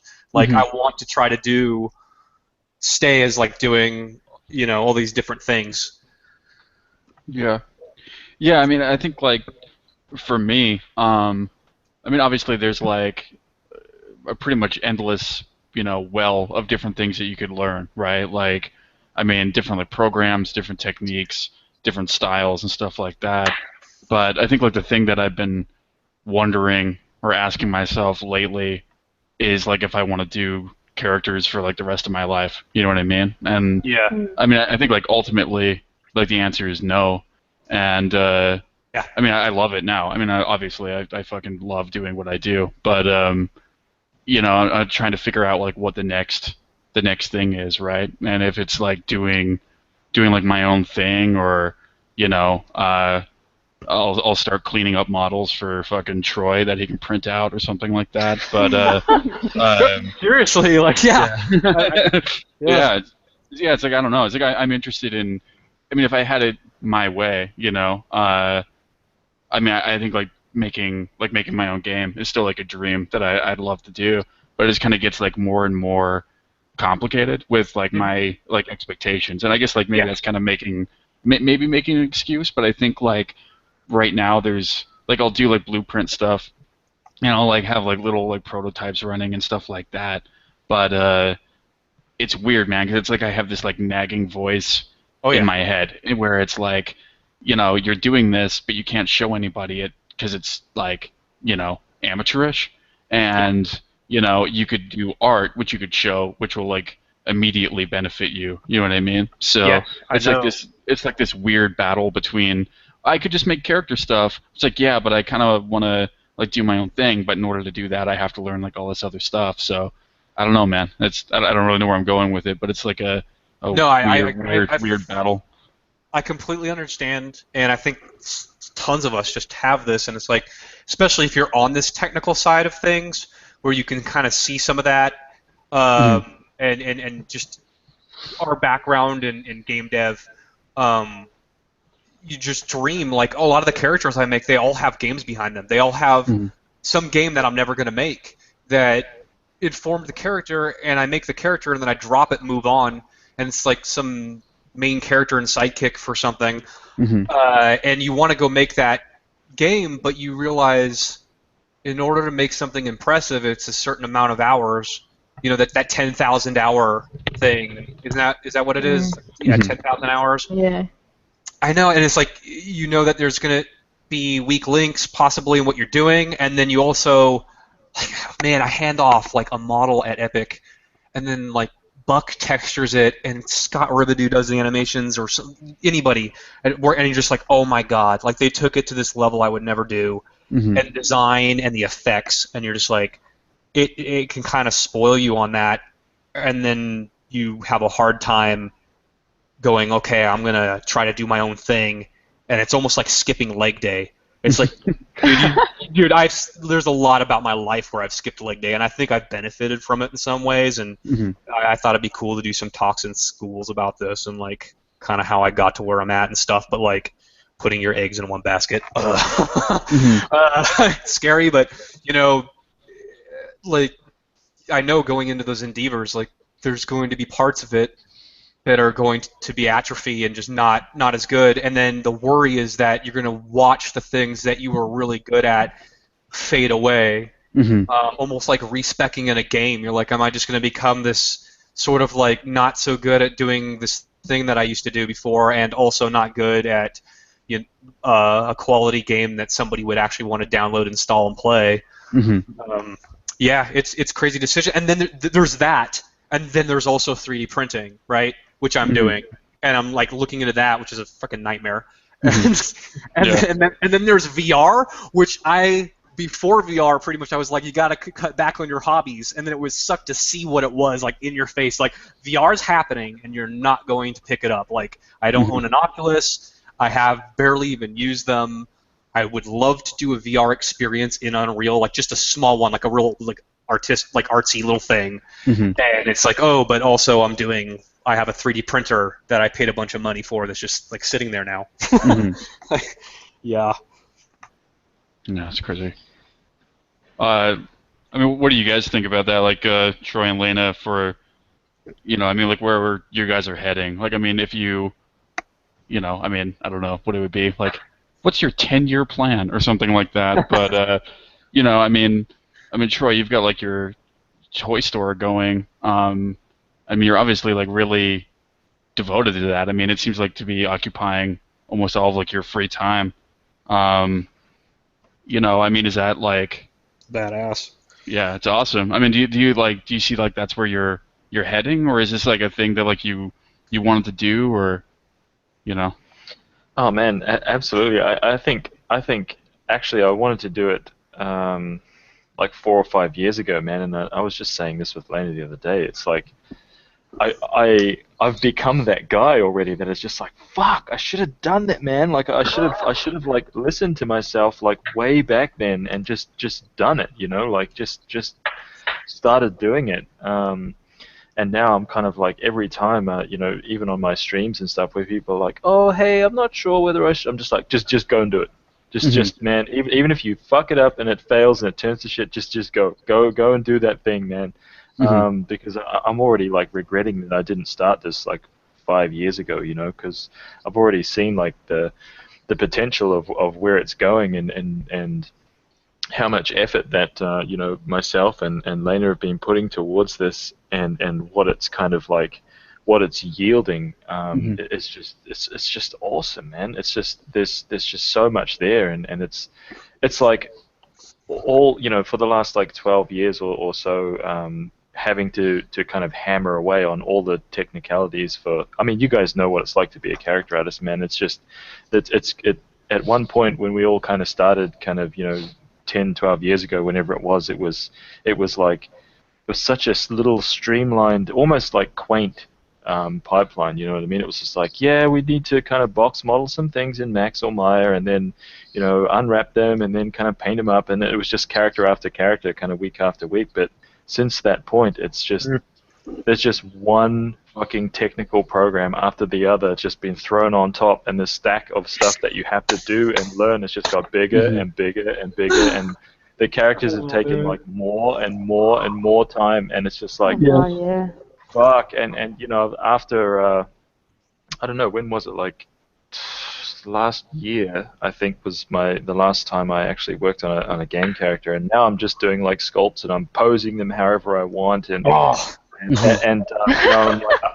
I'm able to like sculpt a character in a pose that has character and it makes sense, and it's like, this dude's got a big like hunched over arm, so he's like sagging on one side and his arm is, just all of this stuff, and it's just like I can do that now without having to worry about anything else, and it's just, I'm loving that, man.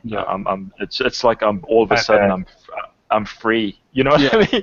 It seems like a more like direct path, like from like your head to like whatever you're making, like versus having to worry about like, well, I got to do that in like Marvelous, then I got to do this, and I got to like, well, I've got to unwrap all that shit so that it works this way and things like that. I mean, it seems like, I mean, it seems like you can focus. You can finally put all of your love and effort into focusing on making this one thing the best you can possibly make it. And I haven't been in the game industry, or much less even making art or game assets, for 10, 15 years, but just attempting a PBR character last year, I was kind of put my hands there and was like, nah, because you can't really focus on one thing. You've got your character, and then you've got to sculpt it a certain way so that you can unwrap it, and then you've got how the fuck are you going to do the hair, and then what program are you going to use for this. And I got to the hair on my character, and I was like, I'm never doing this again. This isn't for me. Yeah. No, there is those breaking points, right? Absolutely, man. That was mine, and it's sad because I love game art and I love game characters, and they're beautiful, and I have so much respect for anybody who has the patience to go through that entire pipeline. But that's just not me, and that's why toys are so cool, because you can bring so much life and just focus on one, maybe two programs, and then that's it. You don't have to like kill your brain over like 8 things across the board. I feel like with games there's like I don't know, I guess like a double-edged sword or something with like the technology that we're incorporating into like our pipeline, right? With like, and maybe I'll sound old saying this, but whatever, man. But like with Marvelous and like Substance and Quixel and stuff like that, it's cool because I don't have to do it by hand. And like painting like PBR stuff by hand can be fucking annoying, right? Like setting up like tiling textures for your character, masking it all in, and like doing all that, and it can be like time consuming, right? But at the same time, I think like I'm afraid of trying to like hire people, or like kind of like communicating with artists who never did it the old way. You know what I mean? And I guess that's what makes me wonder if I'm old, because it's like, man, I remember like painting shit and then baking in like a light map into the character, and like, yeah, that's like that gives it so much fucking pop, man. It's so awesome, right? And then and then like that changed, and it's like, well, I can't do that. It's like, but now it's like, well, you can just kind of set up an ID map and then click a box that you want it to be, and that's metal, And it's like, I don't know if you're really like sorta, like, yeah. So I don't know if you're really like understanding like why it's broken down that way, or like how it's broken down that way. It's just kind of there, like. But I don't know. Maybe I'm starting to sound like a guy who existed before the internet and yelling at kids that they don't fucking know how good they got it now, Yeah. But, I totally agree with you, man. Especially coming from a perspective of someone that is young and that is new and is up and coming with all these programs that you just click a button and it does all this for you. I think that's why for me I found it very frustrating learning with Troy, because he's got all the foundation. He understands why this works, which is, I can kind of compare it to people who are just now getting into doing 3D and they learn Marvelous before they learn how to sculpt cloth and ZBrush. You know what I mean? Well, yeah. I mean, I think you can learn Substance without, not that I'm picking on Substance, but you can learn that shit without even knowing like Photoshop, right? And yeah, exactly. I mean, you can technically just plug something into that, have it textured, and then just never really have to use like Photoshop, which is still going to be like the industry standard. You know what I mean? Like even if like Substance is dominating and like Quixel like has some like some room in there too, but at the end of the day, man, it's still going to be Photoshop. Like there's still like you still have to be able to open up whatever those programs like shit out and alter it or add like a little thing and stuff like that. Like so. Yeah, there's a lot of reasons for that too. That like not just Photoshop, but Photoshop has all these tools that you can use and hand off to somebody else to use. But it's like the way Substance works right now, and I'm sure that could change. But how it can kind of crush the way it's crushing the pixel. I know this is getting kind of shop talky, but it's like the way it kind of looks after you spit it out. Like it's nice to kind of clean some of that up. Right now, and they're adding all these things to it, but when it comes to these programs, like I think I would be a weird teacher, because I don't know how I would teach people, because I don't know that I could teach them what I know. I would be like, don't do what I do what these other people are doing, but at the same time, then how could I even teach? Because I have all these ideas about like, if it feels easy, if everything feels easy, you're gonna have trouble. If it's all about like just being on your Cintiq, having a good time, that's great, and that's great for home. And I do like the same thing that you're talking about, John, about like and Layna, it was like you guys were talking about like you got to that point on a game model where you're like, oh my god, like I just want to do a render and paint over. Like you didn't say this, but you know, at some point you're like, I want to do a render and like paint over it, and that's what I'm doing. Like at home, I'm like using a lot of V-Ray. I didn't even include that earlier, but it's like that's something hole that I went down and I totally suck at it. But like I hack at V-Ray and do things in passes and then like paint over them because I just can't stand to do like the full game model. But yeah, at your job, if you want to work in some of these companies, you're going to have some of that grind, and that might mean cracking open some different programs, not just doing things the way that maybe feels easy. I don't know. It's weird talking about this because I kind of feel like I'm in a vacuum, and like you said, Gavin, I feel a little old on this. Like but like I guess I try to think about it like genetics and insect, like you know.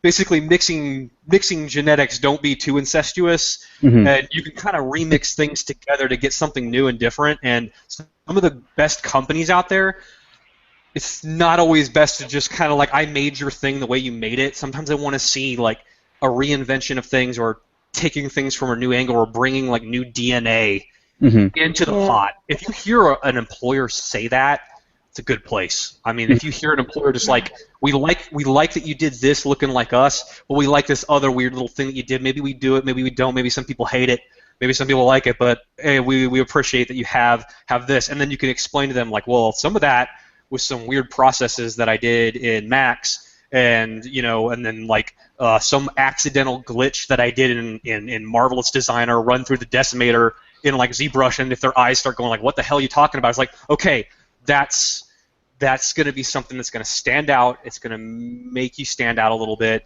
It'll also make you kind of crazy, but because it's just so many weird little things. But I feel like if you have a lot of practice in a tool, don't just drop it because somebody's saying something else is like instantly superior. Like, oh, this new thing's superior. Drop everything and just use this. It's like, no, there's little things that you collect along the way. Like I found that roadkill still unwraps some mechanical things that I'm doing for mid-poly 3D printed textured stuff like better than some other UV tools. So why forget that? Like keep using it, and then maybe in turn that comes back around to something that in like my regular day game dev, like oh it does this thing really well or does this trick on the UVs that I can like use for some other pipeline like through a material editor in Max. Like those are the kind of things that I think help like a character artist sort of. Sorry if this is just rambling. If I'm just it sounds like that. No. It's all good. You know, and then I know Gavin, like you're saying, you're talking about like interviewing somebody or talking to somebody. You're like, oh, like you do. This is the one thing that you've got is like Batman sculpts in ZBrush. Yeah. Or whatever. Yeah. Nothing against Batman. Nothing against ZBrush. Like, yeah. But yeah, I mean, I think especially with like Insomniac, like the way that our company works, you know, like I was saying in the beginning, I mean, we have like multiple projects going, right? So who knows like what you're going to be working on? You know what I mean? And like you kind of have to be like, you know, almost like self-sustaining in a way. Like you have to be able to like do stylized or do like realistic, or you have to be able to like hand paint stuff, and like you could do like the PBR stuff and things like that. So you kind of need to be like an all-rounder within, you know, your discipline, right? And it's basically for the longevity of the company and like trying to keep you like fresh and be able to go on like different projects and stuff. So it's like if I hire like the Batman sculpt guy, you know, I mean it's tough because all you do is sculpt. Like you don't paint, like you don't do like your like low poly stuff. You don't really have like a room for like creativity and things like that. And I mean like that's another thing that I try to do is like keep like our concepts like really loose. Like all of the concepts that we work from aren't like, you know, something that you trace. This is kind of like a rough idea. And I mean that's always how I've liked to work, is like you just kind of have the basic, you know, idea of what you have to make, but everything like in between, you know, from that to like the finished product is kind of up to the artist and their like ability on how to, you know, execute on that. Yeah. Yeah, absolutely. Yeah. So, I mean, speaking of getting old, Mike. What? Mike specifically. And everybody. I mean, how do you? I mean, you were bringing up like work or going to like the forums and stuff, and I know I'm not sure like what like Layna's history is with like the like forum life and stuff like that, but I mean, the rest of us like kind of came up through that same system, right? And like did the CG chat, CG talk, like game artisans, polycount, blah blah blah blah blah. But I mean, I know I don't go there as often. I know that Troy doesn't go there as often. I don't think you post as much as you used to, either. So I mean, do you feel like we're just getting old? You know what I mean? Like, is it just like a new generation of people are coming in and we're not with it? So It could be, but like also there's like paradigms and eras that come and go, like the BBS one. Don't go on BBSs, even though I always felt like the community there, like I missed it when the internet came about and everybody left it. It's like, oh man, I used to like meet up with these guys and play Doom and Magic cards or whatever, and like it goes, and it's like that's how I feel about Polycount. Like, oh no, it's like this thing that I really liked. I'm not really a part of it, but it didn't move to Facebook. Yeah. Like, yeah, like my Facebook used to be this really personal place, and like I was really weird about it, where I wanted a separation between work and play, and that's how I was raised. I was raised, don't mix the two, and I want it to be this like fun place where I can say inside jokes to people and not having them interpreted wrong by other people or something. And then after a while, Facebook became what I jokingly call LinkedIn plus pictures, and it's how it kind of feels. And that's not like I'm not ragging on or anything, but like it's actually been like a really good place for, oh my god, like here's these tools. Like I just saw one for a guy who made a hair tool for Maya, and I was just watching it earlier today. And that was on Facebook. And information spreads. John's awesome posts, and then I watched Layna do like a Twitch like a ways back or whatever, and like that's through there, and it comes up in notifications that actually maybe I would have normally known about that back in the day, something like that on Polycount and Game Artisans. Yeah. So I don't know, but then there's the other aspect, which is like competitions and the community there that, yeah, I can see what you're saying where I go there. Do you guys feel like it's like, oh, it's not the same, like it just doesn't feel the same? I don't know. For me, I think I would relate it to like a band that only me and a few people I know were really into suddenly got popular, and now the only way to see them is to go to like Coachella. Like That's a really, really good fucking metaphor. That's the That was nice. yeah. There's a little bit of a clap. That was good. So I mean, I'll like drop in from time to time, but I don't feel like it's really my place, and I'll just kind of back out. But no, I mean, it's just changed, man, and I feel like with like the competitions and stuff they got, and I mean they're like super successful by doing this, and they're the place, you know what I mean? It's not really the shitty dive bar with angry people like it used to be. It's kind of like a a main venue, right? And with like the TF2 competitions and stuff like that, it just brought in like so many people, and like I think a lot of like the older ones, like older members and stuff, not age, but like the people who were there before all that just kind of backed away. And I think in like with that, like social media became way more involved as well. So you have like Twitter and like Facebook and stuff like that, and I mean you can kind of just create like your own group or whatever, or like filter your circle to just be like those people that you would have talked to anyway. And now like that's just kind of what I do versus like trolling through forums and stuff. And it's just so big, I mean, like you'll get like for like Polycount specifically, you'll get like the recaps and stuff, and that's basically where I live, is like in the like what are you working on thing. But everything else is like it's just so much that I don't even bother. Like I don't even look at it. I feel like that's sad though, because I don't know how many stories I've heard from Troy of like back in the day in Polycount, And I feel like me and others really missed out on the opportunity to be a part of a really quick growth. And I think you guys are who you are because everyone pushed each other, and not only pushed, but like fucking hit each other in the faces, and that's how you got better. It was definitely like and someone friendly competition. yeah, it was definitely the Fight Club of game art for sure. Dude, absolutely, and it's gone now. I can feel that it's gone. I like arrived at the party way too late, and it's done now, and that's I can't find that anywhere. I can't find that in Facebook groups. I can't find that in competitions or forums. Like that brashness is gone because it's now like not allowed, and everyone's quite sensitive, and that's fine. I understand that times are changing, but. I wish we could bring a little bit of that back because that's how lots of us grow, is to just be punched in the face. Yeah, it's. I mean, me ranting about how sensitive people are is just gonna further the argument that I'm super fucking old. But like, it's weird, man, because I'll like review portfolios and stuff at like GDC or whatever, and. Or like, you know, I mean, you guys probably know this too. Like, somebody will approach you through like LinkedIn or Facebook or something like that, and ask you to look at their work and give feedback, and to be like brutal, right?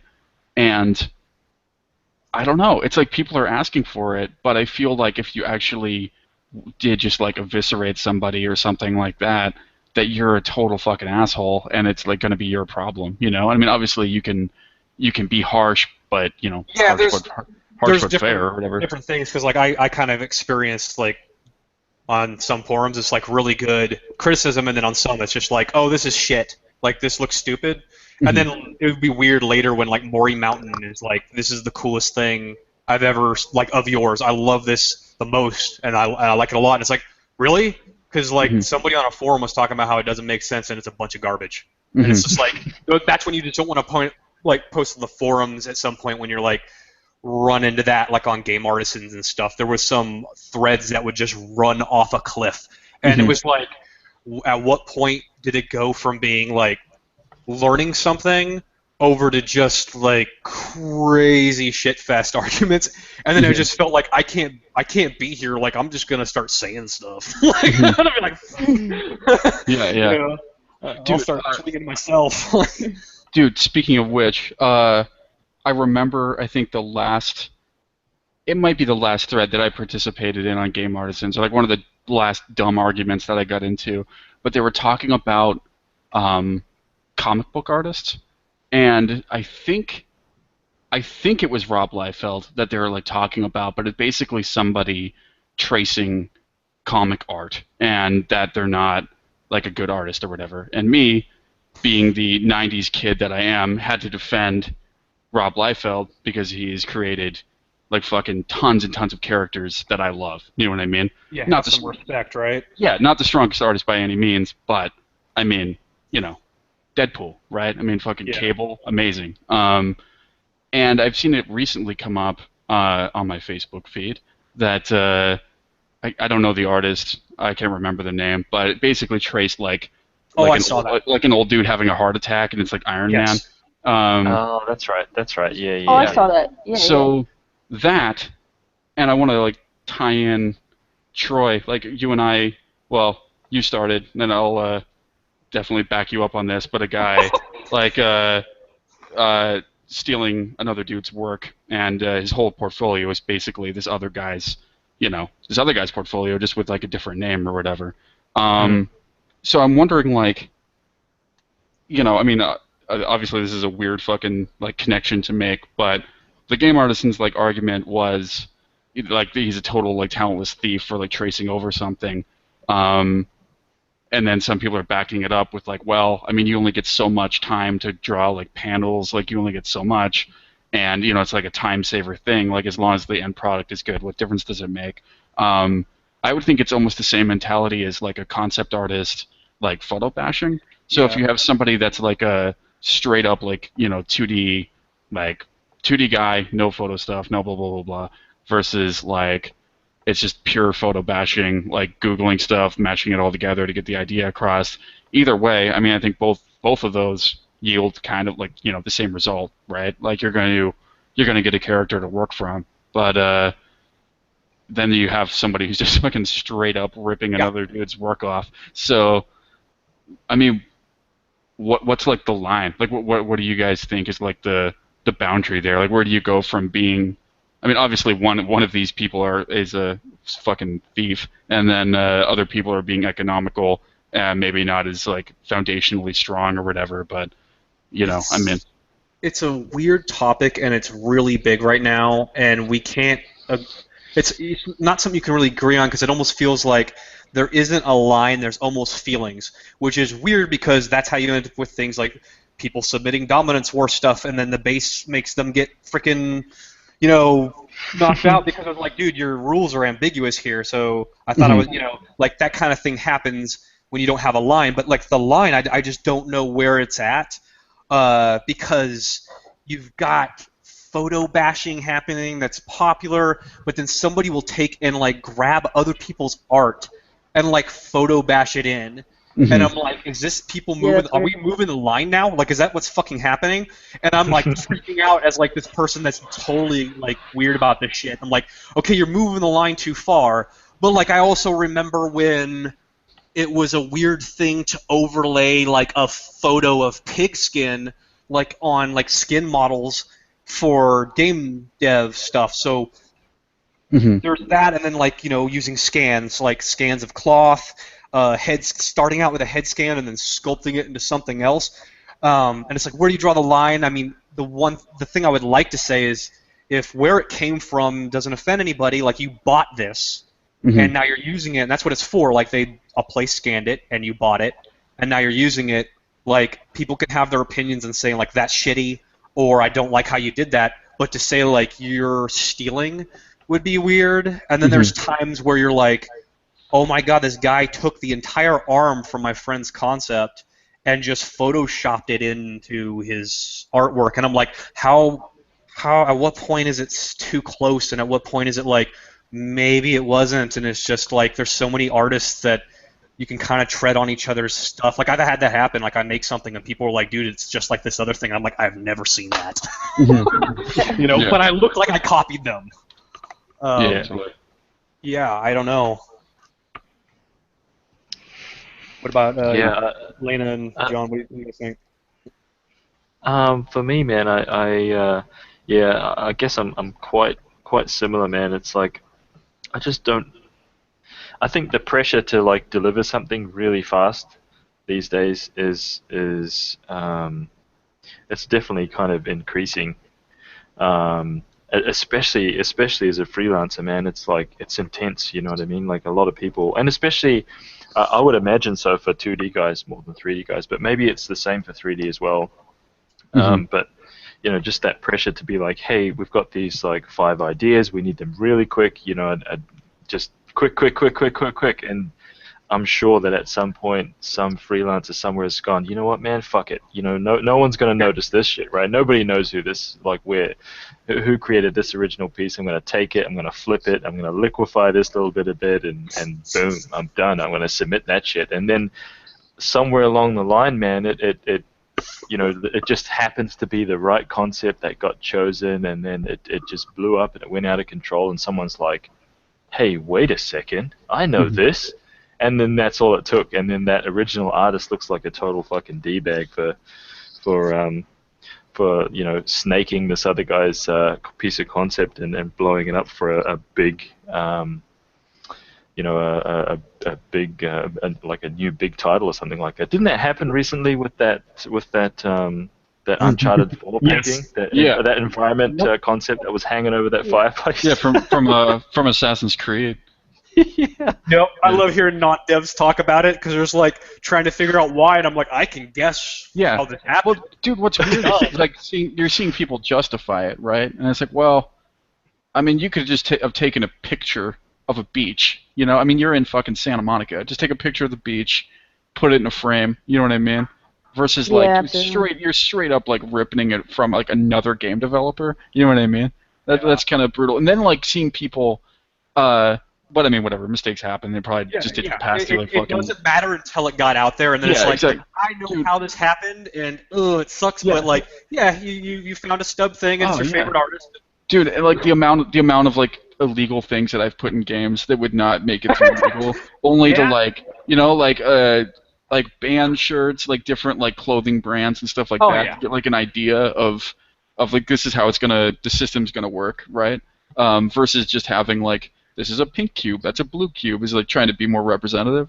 But then you like get rid of all that shit and replace it with like legal art, right? Yeah. So I mean that's probably what happened. It's like it just didn't get caught by legal, you know. Mm-hmm. But then seeing people connect the shit like it's an homage to like, dude, it's not a fucking homage, all right? It's not, no. I mean, it's good to think that would happen, but no, it's not. No. And there's I wonder about the difference between like what you were describing was kind of like in theory of somebody doing this for production, and you can almost hide behind the obscurity of corporate production, right? It's like it's just madness. It went through different hands. It comes back. Somebody was never supposed to put it out there. I've even seen. I was a part of a game that had a book that went out with it. That was a tips and tricks for the book for the game. And in the book, somebody swears there's art in there that wasn't ours. That was like somebody's like reference folder for inspiration from another game. So, oh wow! Holy crap! Wow. How did that happen? That was a long time ago. That was man. I have that book somewhere. I'm never going to get rid of it because it's in there. And so there's that, and then you have the personal stuff, which is like portfolios, people trying to do personal work, trying to get a job. And those ones feel really on the nose. It's like there's no way to obscure this or to say like this is a quick production thing, and I don't know if there's a difference there, or we should even treat that there's a difference there. Maybe it's just on the viewer's end to just be like, well, I could see how maybe this happened, but on this one it's really hard when it's like, I know you know this other person, and then you just ripped off their stuff. Yeah. That's true. And do you think... Oh, go for it. Sorry. I think I can like somewhat understand, have some leniency as far as game dev goes, because it's kind of true. There are so many hands it has to go through, and so many things you have to double check, and then you just miss. But as far as individual people go, I kind of don't have a lot of like patience or understanding and how someone would legitimately just take someone's finished piece, then put it into their portfolio and go, yeah, this is mine. I did that. Or even as if you want to like talk about photo bashing or 2D art or even 3D, you take someone's, or even you like Google creature concept art, and then you just like, this is my piece. And it didn't go as far to even research who it was, or if it was from somebody, or if you just completely ripped somebody off. It's just like take 2 seconds to do some sort of research before you make yourself look like a complete douchebag. Yeah. I mean, I think it would be like the difference between like, I don't know if you remember, like, I think it was like Arch's base mesh. Remember that? Like the really like low poly, like standard mail. It came out in like, fuck, dude. I think it was like ZBrush 2. I think like everybody had this, and for a while it was like what all human characters seemed to be based off of. And I mean, I think like after a while, like you're going to distort that so much that like I'm not sure it really matters like where you got it from, versus like if you literally just copied his work, put your name on it, and then put it in your portfolio. You know what I mean? Yeah. Like, yeah. There's two totally like fucking different scenarios there. Yeah, they're different scenarios, but they're both kind of sad in their own way. Oh yeah, man, absolutely. Especially with like poser models. I don't know how many people go to Troy and they're like, "Hey, could you look at my work? Here's what I've done." And Troy's like, just in his head, he's like, that is totally just like 100% a poser model. You didn't do that. They're like, yeah, I totally did that. Yep, that's mine. And you're just like, man, and you just all you can do is sigh and shake your head. Yeah, if it's admitted, and then admitted to yourself, like on a like how to help yourself 101, it's like admit it to yourself, like, okay, like I'm kind of working within this box, which we all do. I have my boxes that I work within because you have only so much time. I can't remodel a hand every time, so I rework off the one from before. But one of the ways I got to what I have now is sometimes starting from scratch, questioning things. And like, it's not only not good practice to just rip somebody off anyways, but even if you're starting with something, like, you're kind of working like right inside that. And it's not going to be great when later you're kind of like your boss or something is saying, hey, we're not doing poser here, we're doing Brink. It's got to look like Brink. You want to work on that, and you just can't understand what the difference is between this art and this art because you don't touch it, you don't feel it, you don't have your hands wrapped around it, and you're just pulling shapes off of it. I feel it with my own stuff where I'm not evolving because I take my character and bring it into ZBrush already, and I'm going on it, and I'm just like, I'm falling into my own tropes on this, and I'm not questioning anything.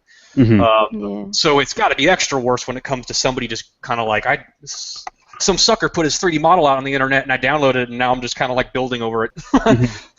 Which you can that's do totally that way too, cool. though, right? Like, using base meshes is no big deal. If you want to start from something that's not even yours, dude, totally cool. Even if you're learning or even if you've used it and you've grown from there and it's totally different, that's no biggie. But when you didn't even do anything, and then you won't even admit it, and everyone can see it. That's just the same model that I've seen. What? And you just can't even be bothered. So. And to be clear, I wasn't saying anything bad about like using base meshes. I do all the time, work and stuff. Like, but it was just that like every once in a while it's good to kind of go, okay, maybe I'm going to question like something about what I'm doing. Where I'll start with something, I'll be like, is this really what I want to do? Like, people like this, but maybe I want things to have more of a comic book feel or like an exaggeration.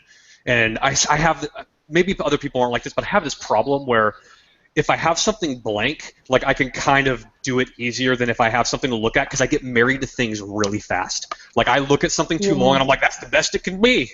That looks great. Like you don't question it, but if you just take like the flatten tool or whatever tool and just go like right across the character's face and then just like start resculpting it, you might come out with something that's more of like the vision of where you're headed, but what you want, something new. I don't know, but that's kind of getting off topic a little bit, I think. But yeah, like just taking somebody's stuff, and there's the 3D version, which is like just taking that sort of thing, and then the 2D version is what I'm seeing more now, and it's very competitive in 2D. It's ultra competitive. It feels every once in a while the nature of like what we do is so crazy. Like you guys were talking about like all the stuff we have to do for game models that I'm like, oh, it'd be cool to do like concept work, and then all I have to do is go on Pinterest and be like, oh my god, like there's a Craig Mullins every day. Just amazing work that throws me under the bus. Like they just destroy me. Like there's just such great work out there, and then some of it you're like, this is awesome, and then somebody's like, yeah, that guy just like took these other concepts and photo bashed it together. And Layna, do you think like the bar's moving? Like, do you think it's like actively being moved, like as we speak? Oh, dude, totally. I don't know how many times I'm like, you know what? I'll just try to design something myself. I got this. Then you look online, and you're like, no, nope. I feel like even every month, even when you like look at Level Up or even at Weta with people that we don't even actually know exist, but they're out there, but they're not. You don't have a social media presence. You know, it's constantly moving, and that's why it's always easier to be like, I'll just give up because everyone's already doing it way better, kind of thing. Yeah, that can be tough. I was also wondering if you felt like the bar was moving for what you can get away with on like ripping stuff off. Like, oh, and like 2D or 3D. You guys kind of in anything, but I was thinking 2D. But I just was wondering if like there's this new generation of people coming through, or something's changing, and I'm like, oh wow, like nobody cares about this because I think there used to be a time like 6 years ago where this would have been a bad thing. I was like kind of wondering if you guys feel like the bar on that, like, or the line, because you know, Gavin, you were talking about like where to draw the line. Like, does that line just kind of, is it like moving? I don't know. I'm not sure. Like, oh, go for it. No, you go. What? You go.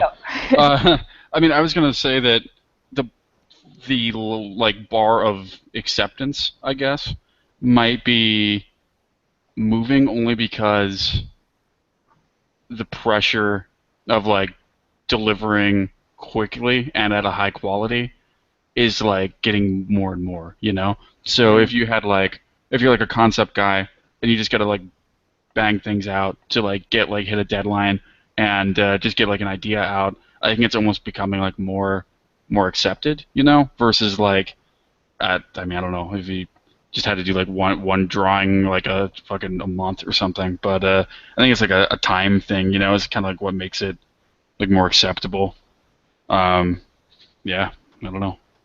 I can understand that because I know we have some friends that they don't even get any time at all to really flesh out an idea. They've got like a day. Mm-hmm. So from that perspective, I can understand. Yeah. But again, you know, having to separate the personal from work is kind of big. You know, in personal art, when you see online social media, I do think that bar is moving only because of, I think, sensitivity's sake. Because when someone calls out someone's bullshit, there's always a reason. There's always a defense. Then there's always people running to that defense. You know, Mm-hmm. well, it's okay that he did blah blah blah because blah blah blah reasons justified, and really it's not. But for whatever reason, there's not a lot of people kind of standing up to what shouldn't really be happening. Mm-hmm. So in that aspect, I do think the bar is being pushed just because of, I don't know, soapboxes and being able to blurt out opinions that may not even, you know, Yeah, work. Yeah. that's what I was kind of wondering about. It's like I even know some people who have done some call-outs like, "Oh, I'm getting ripped off on this thing," and then people just slammed them, like almost defended, and it was really weird. Yeah. And I was like, "Oh, there was a time where that was not a thing. It's almost like blacklist straight up."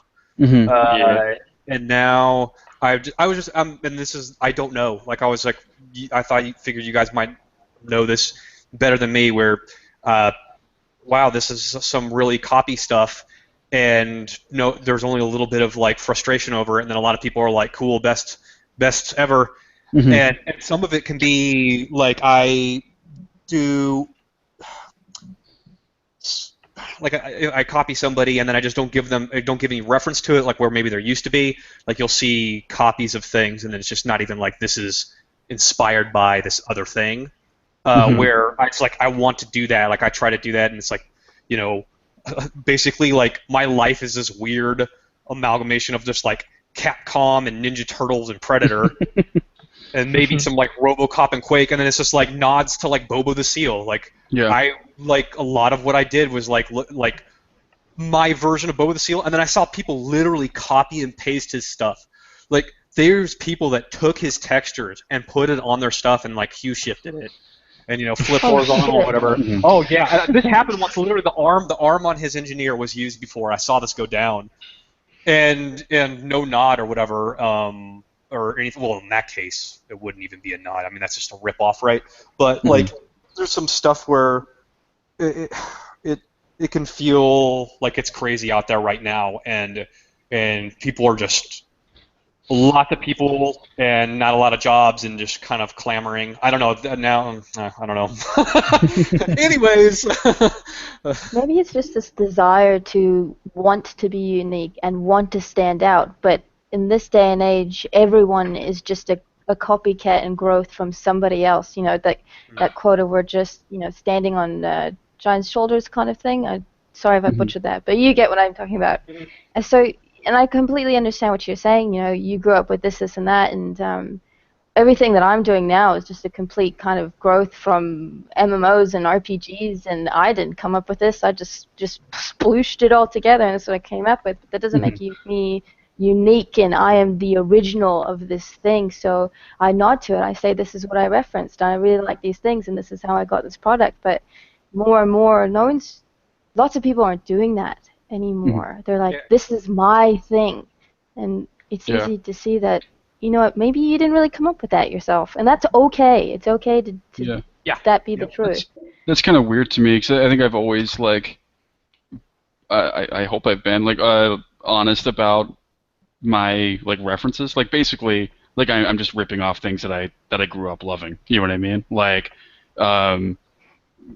you know, I mean, even like a dream project would be like making something that looks exactly like the Simon Bisley painting. You know, like if like I could do that, that's what I would want to do. And I mean, it's not that I don't think by admitting like what you're saying, that like with like the RPG stuff and things like that, that I don't think it's admitting that you're not like creative or like good at it. Just I don't know. That's what I want it to be. Like the last guy that I made, it's like, yeah, I want to make basically like Rage fan art. You know what I mean? And like I don't know, like why I don't know why that's bad. It's like I get to do it. Like I don't really necessarily care about. It's the most fucking original thing ever, and I just kind of want to make things that I love. Like, I just always wanted to do that, and I feel like that's kind of like what I like doing. Then that's just what I'll fucking do. And tying it back into that other conversation, do you feel like possibly, and this could just be us in our vacuum, but like that some of that poly count being gone and like that lineage, and that sort of timeline of things, it's not there, so that world doesn't care as much. It's like, oh, it's just a bunch of images disconnected on Pinterest, and this guy's kind of bashing, so now I'm bashing, and you don't even know where you're bashing from, or like where some of this came from. Yeah, I mean, I think stumble into trouble, right? Like on accident.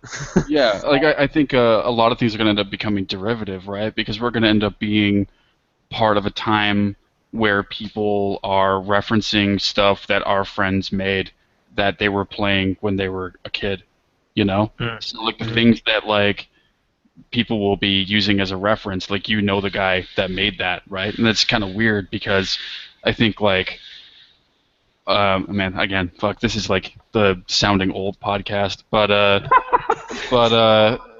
like, like I die on the podcast, like yes, like you can, like there's this long drum silence. You can hear me like getting older, and like my Matlock episode just gets fucking louder as the episode goes on. I've been dead for 30 minutes. Yeah, I'm already dead. But like a lot of our references is from either other media or things that are like lower visually, right? So you'd be playing like Nintendo or like Sega Genesis and stuff like that, and like you want to transform like whatever, like Streets of Rage or something into like a current gen 3D stuff. But a lot of the things that people will be referencing now is like crazy 3D, beautifully rendered stuff, and they're just going to kind of redo that. You know what I mean? So I think, I don't know. I don't really know where I'm going with this. To prove that I'm getting old because I'm just fucking rambling. But they're like referencing the newest updated version of Doom and not the original Pixel Doom. Yes. Exactly right. And I mean, I guess like the counter balance of that is that like you're gonna have people that want to be so fucking original that it's terrible. You know what I mean? Like, you're going to have people that are making, like, well, I don't want to do something that looks like something else, so I'm going to make a fucking cube that, like, shoots fucking clouds out of its ass or something like that. You know what I mean? I feel like I'm there at times. Like, seriously. Like, I feel what you're talking about, and it happens where I'm, like, trying and experimenting with weird stuff, and some of it I'm like, what the fuck am I doing? Trying to be different. Like, you almost feel this need to re-find yourself because I disappear and I come back, and it's like, oh, a lot of these people are like doing what I did way better than I'm doing it, like way better. And they just destroy me now, and I'm like, I don't know how to find myself. All I know is Oddworld and snail characters and stuff. Like, that's what I do. Yeah. And now a lot of people are doing this in the same colors and the same shit. I'm fucked. Like, but that's what I always wanted to do, and it is kind of sad when I'm like, I see somebody say like, oh, you should do what you love, but then turn right around and point at an artist that's older and be like, this guy's so old school. I'm like, no, he's doing what he loved. It was new at that time, and the world around him made him look antiquated. The world around certain bands like made those bands like seem bad. The Matrix looks different through the eyes of all the copy. Like, certain metal bands and stuff like that where the sound gets copied over and over. Gent, dubstep, before it was even the Transformers dubstep, it was like a certain thing, and then it changed and evolved, and then it become this thing where it's like laughable, and then you kind of put your head down like, no, like I genuinely love doing this like wacky on the nose Oddworld stuff. I love the claps. It's like you don't even know. I hear it. Clap talking. Dude, like that's as Troy has read many of my fucking rants, I hate my biggest pet peeve is someone telling somebody not to fucking do something. Like, Yeah. oh, stop doing, like, you're all just doing the same thing again or something, right? It's like, man, suck my fucking dick. Like, it's so fucking stupid. Like, you fucking idiot. Like, I'll do whatever the fuck I want. It's my time. I'll make whatever the fuck I want to do. Like, I love certain things. I love doing things. Like, I work all fucking day doing, like, stuff for other people, which I happily do.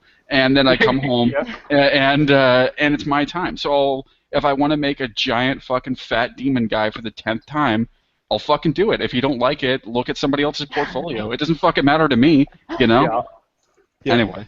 I know what you know. I know what you mean, and it's why I'm kind of like a mess when I go to critique things. One of the coolest things I saw was when I was in LA, two blocks down from me, was the character ACAD, character art,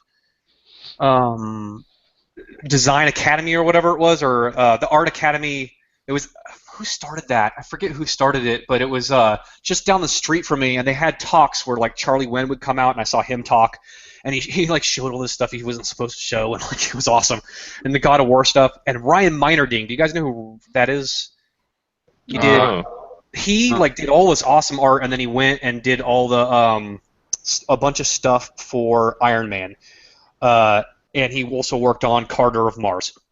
Came out and he did this talk, and he was like showing his stuff, and this guy is just like, "Do you just see like really shitty art out there?" And like says something to that effect of like trying to get him into like talking about like bad art, and you just want to be like, "What the fuck?"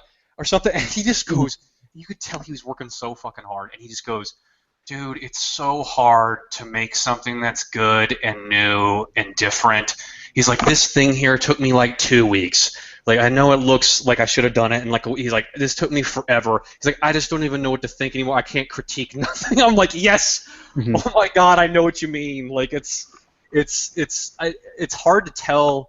If somebody wants to know how to get into the industry, I can talk like all day. But if you're like 40 years old and you're in your basement making like weird stuff with popsicle sticks, good for you. Like, I'm not gonna tell you what to do with your fucking time, and don't tell me like what to do with my time. I'm gonna do what I'm going to do, and it just it just can feel like that. Like everybody is just doing like such heavy lifting, trying to like express themselves and do something cool. And who am I to say like this weird thing this guy's doing that's not affecting anybody off to the side, like, is a bad thing. Like, just let him fucking do his thing, you know? Yeah. I've never understood it, man. I've never understood, like, the urge to, like, basically, like, anonymously tell somebody online to just stop doing what they love doing. It makes absolutely no fucking sense to me at all. You know, like, what good is that doing, you know? Like, you're basically censoring an artist to stop creating, to try and do something that they're not passionate about, to, I don't know. To appease that person. Yeah, like, to, like, individual. Yeah, to prove a point that no one ever gave a shit about being proven before, you know? Oh, God. I think this is the very topic that bonded us together, Gavin. Oh yeah, this is the foundation of our friendship that has lasted for like a fucking decade now. You know. That's awesome. The thing you hate the most.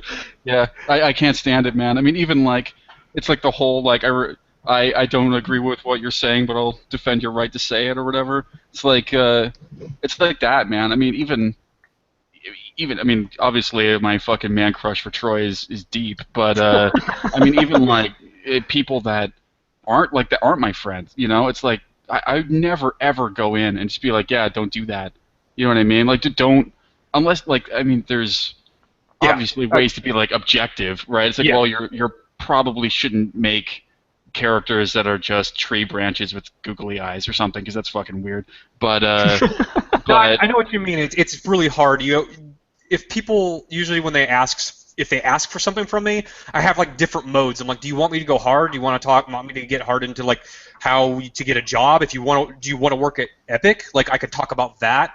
But especially with, you just don't walk into somebody's freaking house, so to speak, and just unload on them. That's fucked up. Yeah. Yeah. That's Well, brutal. to take like a slight different perspective on it, to bring the youngins as myself perspective here. What about the people who aren't 40 and in their basement and they're just now starting out, but they have this little flame inside them and they're really inspired and excited for this one thing. Say they really like to make uh, Blizzard style rocks and environments, right? They really like it. They've just started. They don't really know how to do anything, but they like this thing. That this is what they want to do. They got it. And someone else is like, nope, you need to be making Gears of War guns. That's how you're gonna get in. Like, what do you say to that? Well, like, with that person, literally, their dreams just got crushed. They're like, well, I don't want to do that thing. I want to do this thing, even though they're just starting out. How do you tackle that kind of topic from that perspective? For me, it's that like you can do whatever you want, but you need to understand like the marketability of what you're showing. You know what I mean? Like at that stage, so it's like if you only ever want to do like hand painted like League of Legends art or whatever, you're going to be targeted by, or you are targeting like a specific group of like companies, right? And if you went the other way, where it's like you only will ever do these hyper real, like, is it a photo type art, you're probably going to be, targeting like a different like section of developers.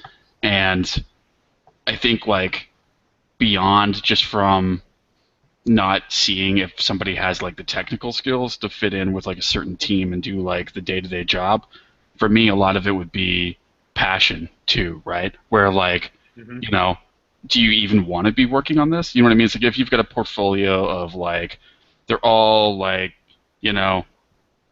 happy fucking kids game characters and stuff, and I'm making like Manhunt 3 or something like that, right? It's like I don't know. You probably you won't fit in. Like there won't be like a good, you won't have a good time. You know what I mean? And I don't know. I think like a lot of that has to do with like just like passion and like seeing that and like what you would be doing like every fucking day. And don't be delusional, right? Like just don't delude yourself with the world is going to make my game. I saw that a lot in college when I was talking about the GDC beating people down a little bit or like kind of messing some people up. I saw people kind of just leave with like, wait, I'm not going to be like Cliff Bleszinski overnight, and I'm not going to be making my all these people aren't just going to make my dream. And so like the world is not like that, and it gets extra hard as you go down the like I just pretty much draw out teapots in 3D Studio Max and like have them talk to each other or something, and then maybe it does turn into like a comic or like a web comic thing or something of your own, but like there's lots of entrepreneurship there, and if you don't see that in somebody, you feel like you want to tell them like, okay, I'm sorry, like I'm not seeing the other part that's going to make this for you. And it's so brutal because you don't want to discourage anybody. Like my thought is there's somebody at some point that told the RZA from Wu-Tang that what he's doing is crap.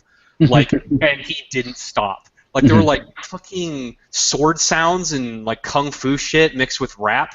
Like, what are you doing right now? The big thing is this, like West Coast or something, whatever. And he just didn't listen and kept going.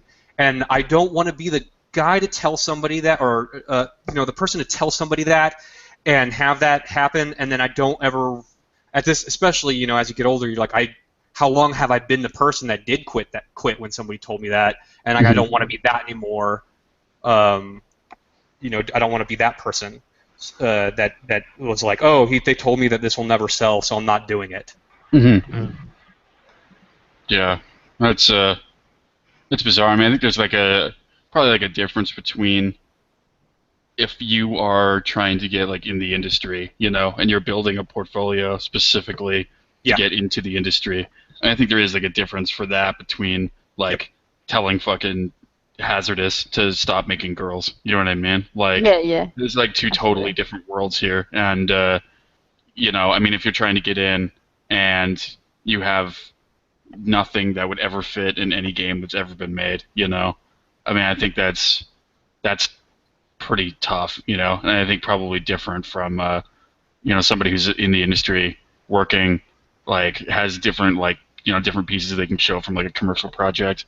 Yeah. and then like they do just fucking crazy shit like on their own, you know. Yeah. And like I'm so full of shit. Like I keep thinking about this stuff, and I just realize like it's just such hypocrisy in myself, and I see the conflicts of, oh, like people can do what they want to do, and I tell someone like, oh yeah, keep doing your thing, bro. But then I can think about a time where I'm grouped up with people at Epic, and we're looking at a portfolio, and we're like, nah, like we don't hire somebody that Yeah. specializes in that. Like Mhm. if you're gonna come here and just do that, then we can't do that. Yeah. And it's like that's the reality. Like the behind the doors thing is like this guy only does like these kind of creatures. I like doing those creatures. If we hire them, like we don't have enough to feed them, and then feed the person, and then also like that takes away from us doing that, and we practice that thing too. There's just not a spot here. But then the Mhm. public could just be kind of like, I don't know. I'm sorry. Like keep going because it's hard to tell people like don't be that, and then you can see some of those people be really successful, like super successful with the one thing that they do, and that's great. But if they're applying at a place, companies do not go out of their way to tell them, hey, they say, hey, keep going or something, or you know, good work. But a lot of companies can be because it doesn't behoove them. It's not in their, you know, it just doesn't help them to do this. But to let somebody know, like, actually, the whole reason your work's high quality, but you just have this thing that you do, or this like one look or whatever to your work, and we just don't do that. Yeah. Yeah.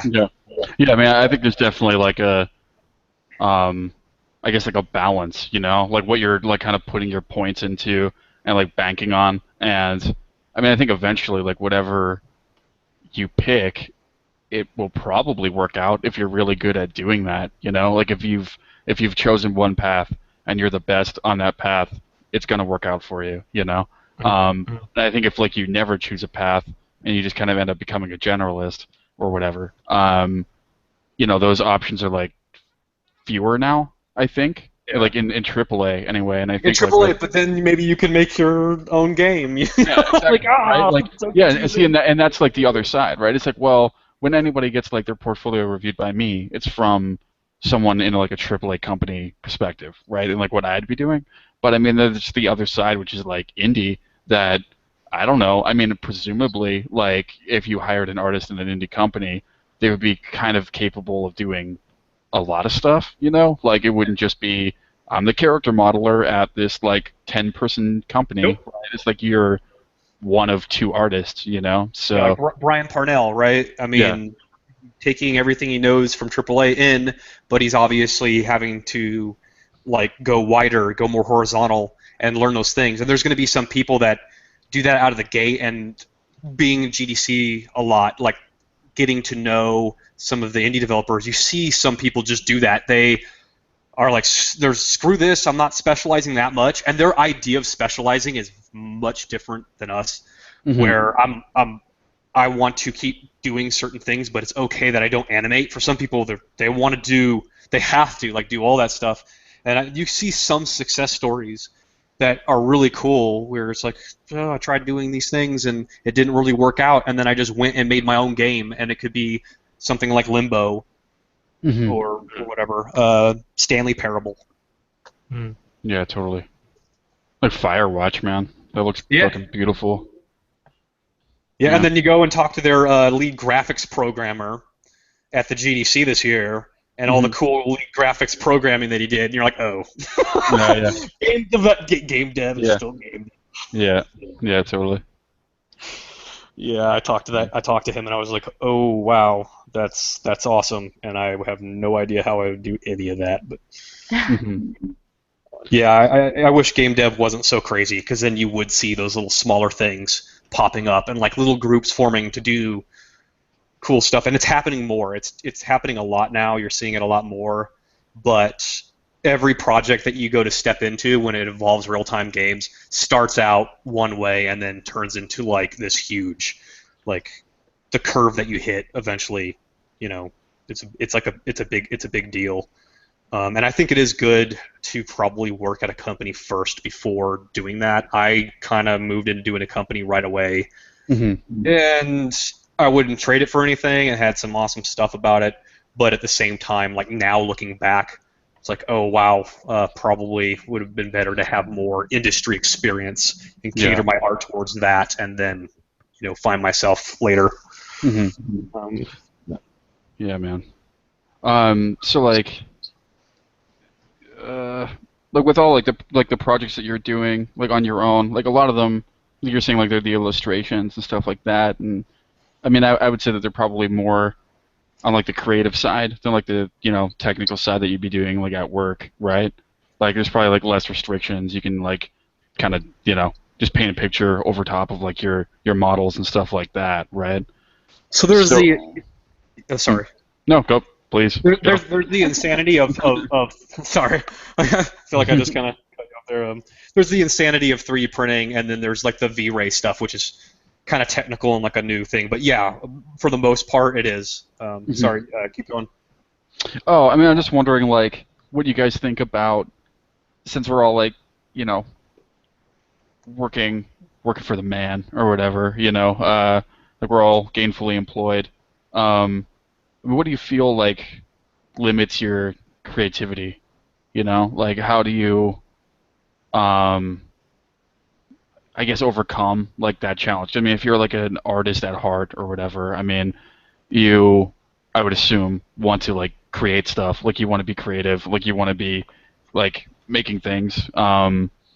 So because like you have to do that every day for a product and it has to fit within like different people's expectations and stuff like that. I mean, how do you overcome that challenge? Yep. Tumbleweeds. Yeah, go for it. Try. I can tell you something. I think I couldn't for like the longest fucking time, man. Like until about when did I finish at Tryon? When was the Brawl Challenge? Was that like? That would be 2011, 2012. Yeah. Okay, so it's like 5 years ago. Yeah. Okay, so it was about 5 years ago. Yeah, I think since before then, I think it was impossible for me. Like it was always on my mind, and I was always going, man, I want to do other stuff, but it was impossible, man. Like, because I think for whatever reason, the way that I approached my work was like I was kind of always on. You know what I mean? Like when I was at work, and then when I wasn't at work, I was like, oh shit, we need to do that thing, and I'll be able to do this thing, and my brain was like at work still. You know what I mean? Like I wasn't able to step away from it like ever. Mm-hmm. And I think it wasn't until I reached about kind of like age 30, I guess. Then I was able to go, hey, I've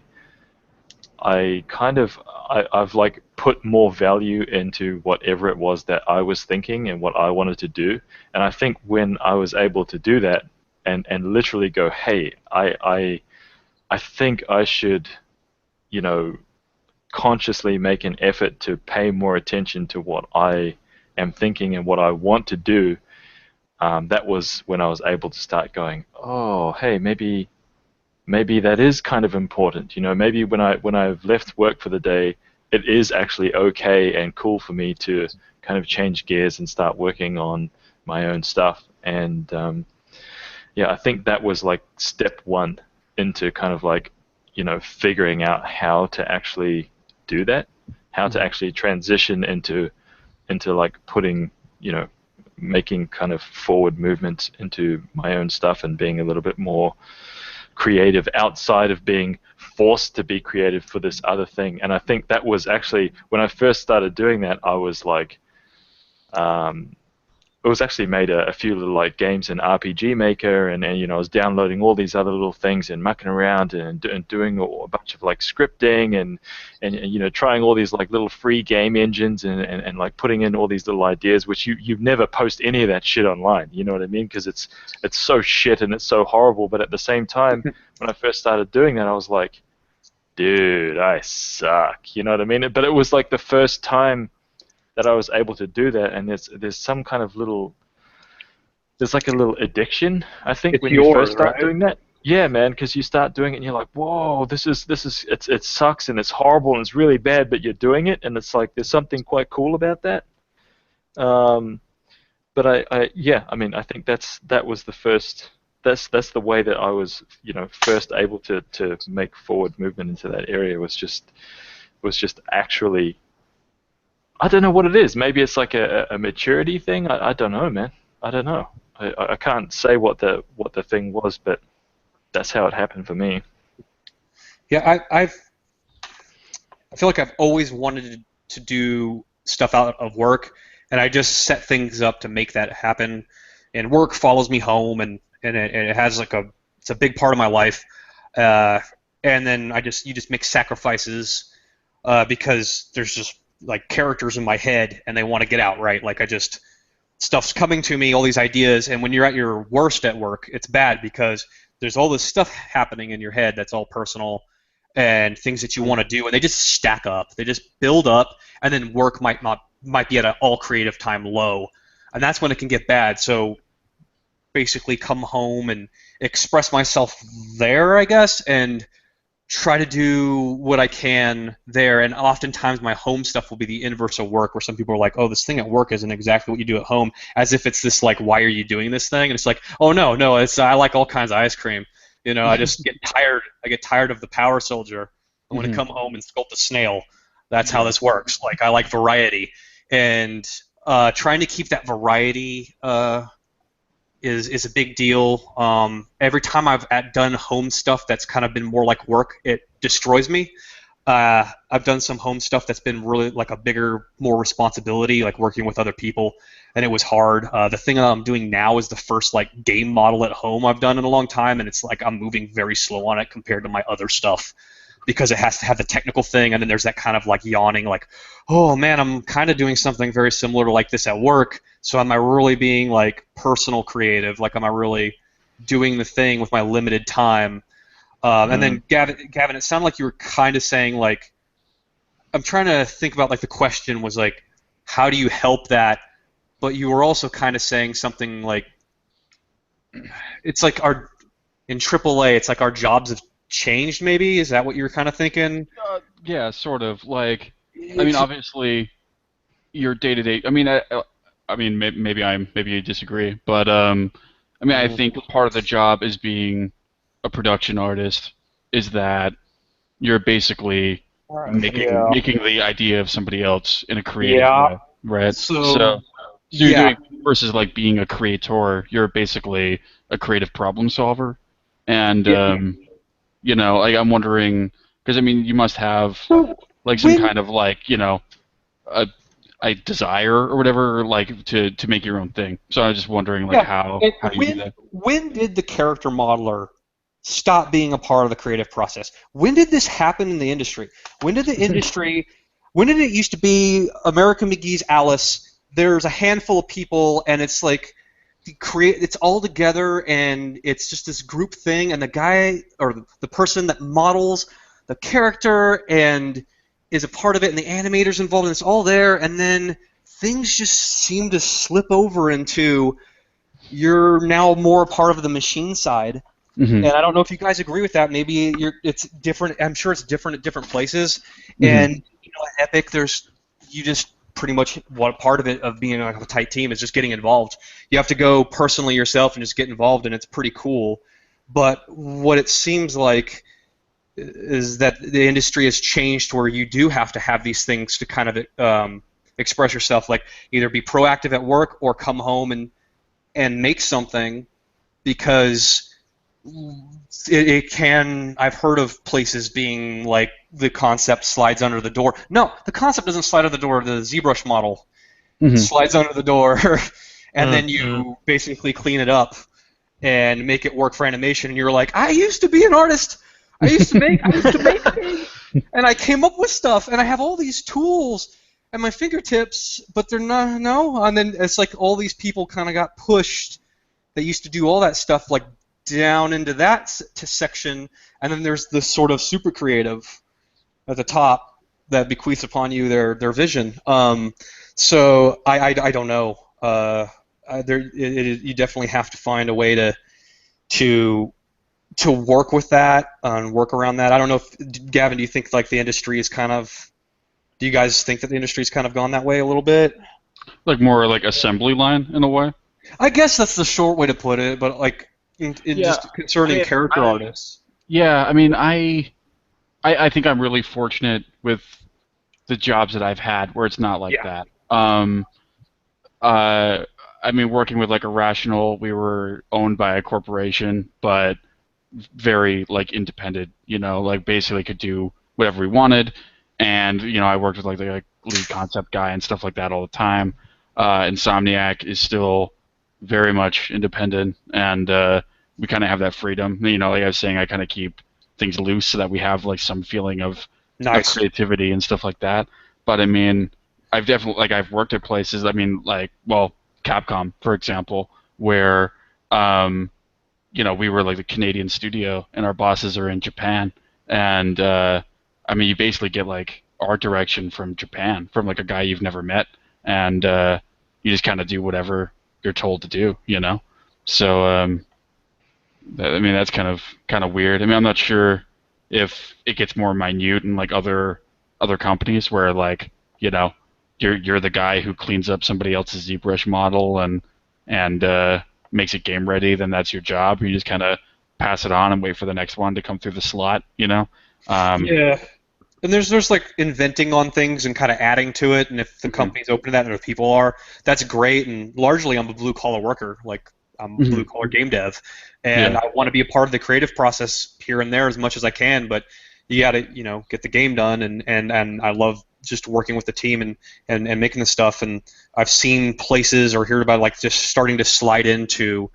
Only a couple of people have access to understanding what the game is and where it's going and talk about it, and it's like a very few people, and then the people that are actually making it, it's like just make the thing, just pump it out.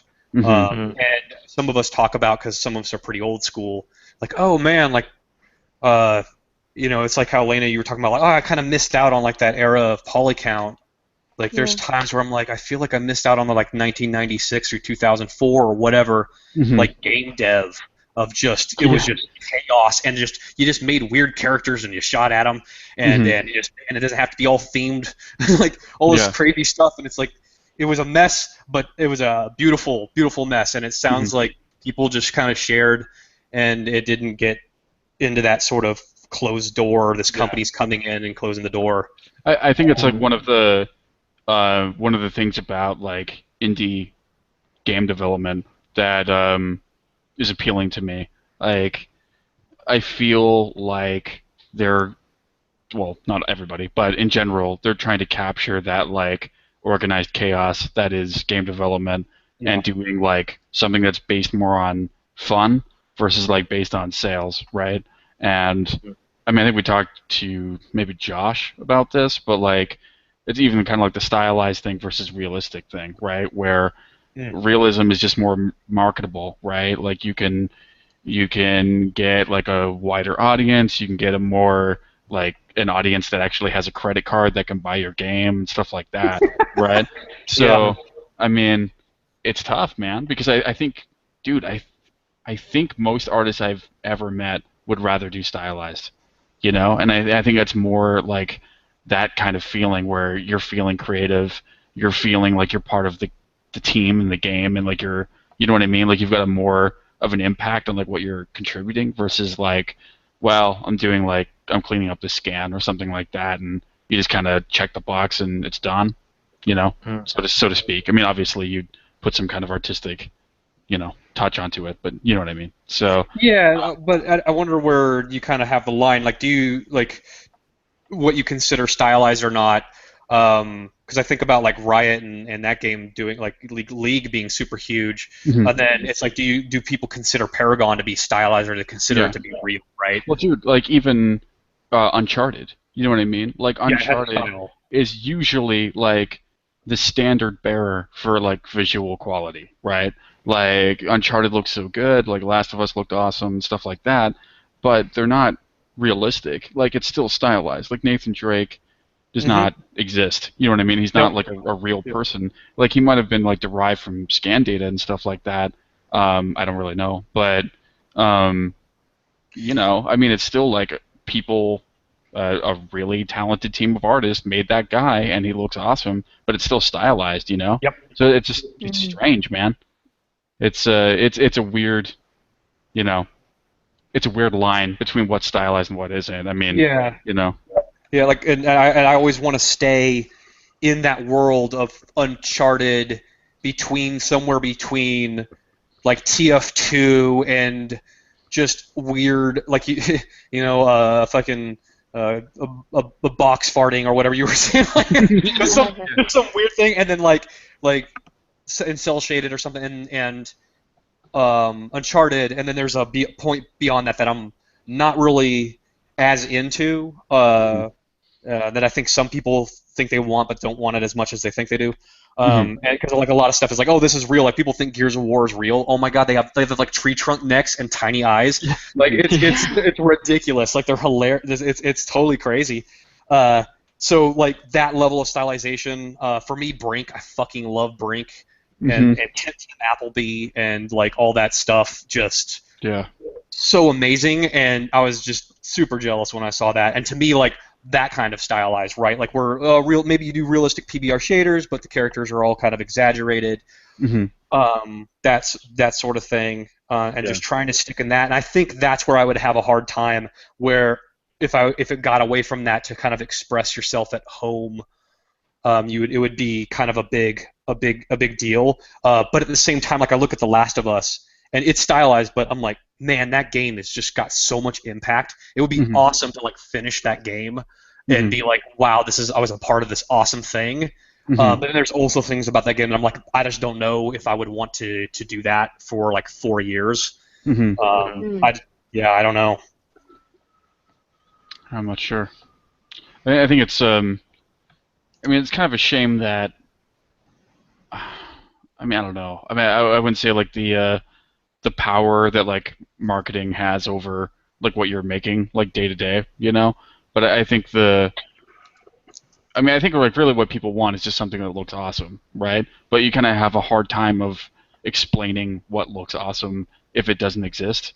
You know what I mean? So I think like a lot of the times the realism thing wins because you can easily explain what realism is, and you can try to like achieve a photo. You know what I mean? Versus like, you know, like Firewatch or something that's really just like an Ollie Moss painting in 3D, you know? So, but that's like kind of harder to prove that like millions of people will want to do it, right? Yeah, the tools are all there, and you have real-world reference, and the tools are right there in front of you, and they're basically trickling down from military and other things, like just visualization of reality is where the main tools are at, and then everything's an abstraction from there. So you're kind of breaking the tools. Like you have to now go talk to a programmer to talk about colorizing your shadows, and he's like, "What are you talking about?" And that conversation right there is a lot harder than just, well, it's reality, so we scan this in and it looks how it does. Yeah, definitely. So I guess like one more question before I let you go. We've almost been talking for like 3 hours, I think. But I guess a question for everybody is like, what are you most excited about for like character art and your job like in the future? Like, what are you looking forward to? Ooh, can I start? Can I do this? Can I? Yeah, Can I? go for it. Yeah. Okay, so what I'm most excited about, which has nothing to do with video games, sorry guys, I want to delve into figuring out how you can get different materials on toys.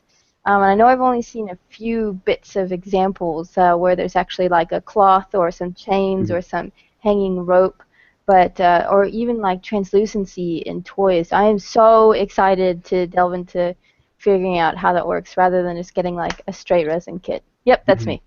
Awesome. That's like always. I don't have a lot of you know, toys or like figures or whatever, but like some of like the desk stuff that people will have, where they have like this beautifully sculpted character, and then the cloth, like the like jacket or whatever that the character would have, is it's like real world fabric, and it's strange because like the scale of the fabric versus the scale of like the detail on like the sculpted face doesn't match up, you know? So it's like he's just wearing this like giant, you know, just like a giant sheet of like heavy gauge burlap or something. It's just fucked up. I don't know. Yeah. So yeah, well, that'd be cool, Yeah, man, for sure. It's like how to produce it on a scale that matches the model. Yeah, Yep. yeah, Oh yeah, yeah, for sure. yeah. I really like those kind of models a lot. Mhm. Like real medium and real stuff on it. And yeah, the scale part's hard to nail. Mhm. Yeah. Well, I guess I'll go next. What am I looking forward to? Dude, you know what? I think going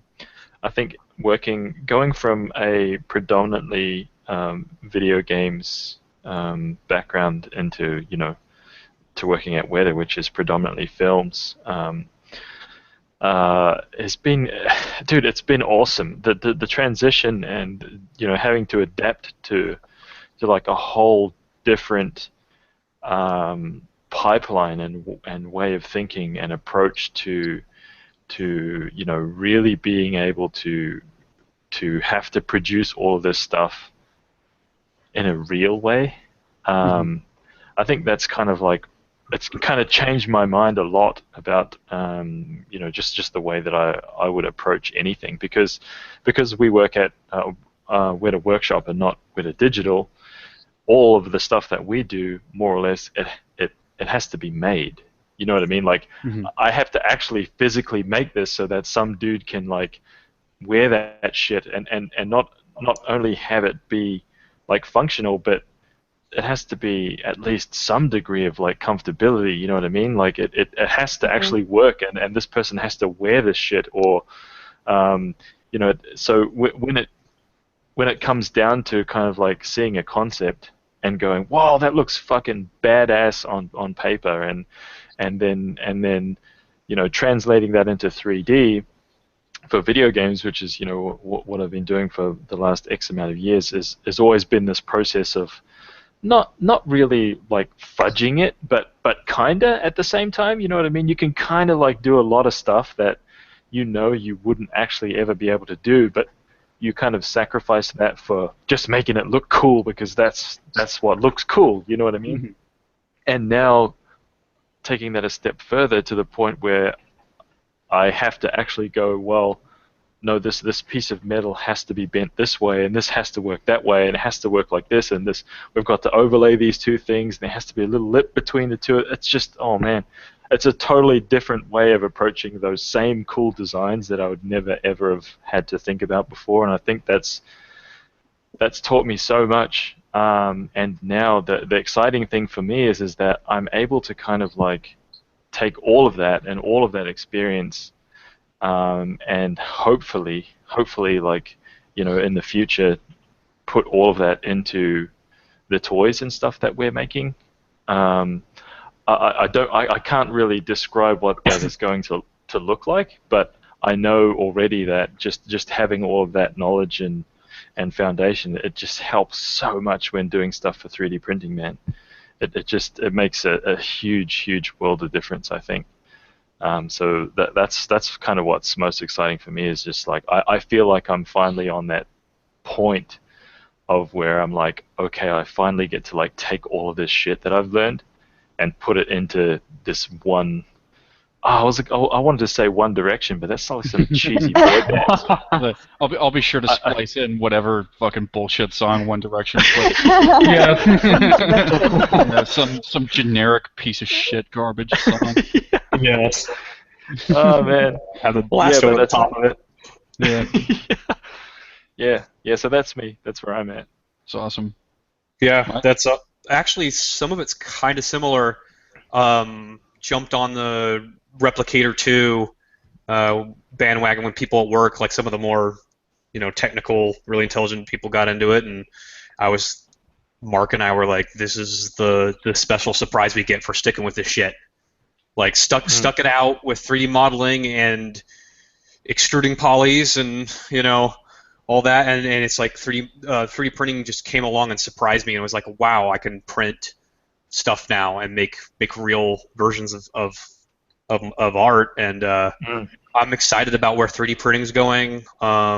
Printing in metal, replacing parts for old cars, things like that, like classic muscle cars, old Dodge muscle car. Like just basically go to a website and start uploading models that I'm making of tags and logos and things, and someday people can print them out in metal and like rebuild these things. That stuff's pretty exciting. Yeah. Just making guns, you know. Just printing yeah. guns. You know, just selling guns. printing knives and contraband and like Yeah. you know. Just printing out a duffel bag full of weapons and throwing it into a schoolyard. Fuck it.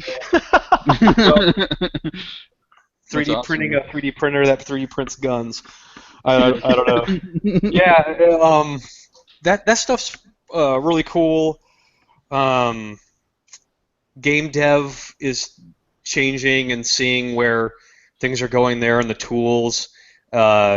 People like forming these outfits, Astroneer, you know, stuff like that. You see popping up. That stuff's really exciting. I'm looking forward to a lot of that. Yeah, I mean, I think like you know, thinking like long term, like that's probably what I'm most excited about. You know, like I kind of feel like we're on the verge of like new. Well, I mean, obviously it's already made, but like kind of like a new wave of like technology and like a different way of like looking at how we do our jobs, and like, you know, I think beyond just the technology and stuff and like, you know, the techniques we have to use, like I'm obviously making something for VR versus making it for like PS4 is like totally different. But I think with like VR and things like that, I mean, I guess even maybe 3D printing in a way, you're thinking about like an experience versus more than like you just make the art and it's done. You know what I mean? Like you're kind of making a product that, you know, with 3D printing, it's like somebody can hold it and they have it and it's like a thing that they can use, right? And with like VR, it's like you're you know, the person, you are the character, you know what I mean? Or like you are the camera, and it kind of changes the perspective of what you are versus you know, just sitting on your couch with like fucking Cheetos on your stomach playing Gears of War or whatever. But yeah, I don't know. It's an interesting time to be in this industry for sure. Yeah, new tech. And yeah, it's all coming at once, right? Like that's the option paralysis. Like, I don't know what to choose or what to like look into because it's all exciting, and it's like pretty soon here. Am I going to be sculpting something like in VR and then 3D printing it out for real life? Like, it's crazy. But yeah, I mean, and like on the other side too. I mean, I think we're kind of getting into a time where we're not as, maybe I'm wrong saying this, maybe I should do some fucking research, but we're not as dependent on like publisher money, you know? Like for the bigger stuff you have to be, obviously, still to like rack in, you know, 40 million plus or whatever. But with like Steam and I mean different, I mean you can be like self-published now, and like I mean there's even people that are doing like the like development through like Patreon and stuff, you know? And like I'm curious to see where that goes. Like I'm curious to see like if we ever hit a point where people can successfully just make their own thing naturally and not like, you know, basically kill themselves in the process of doing it, right? Yeah. Like at I'm kind of GDC. seeing more and more of that.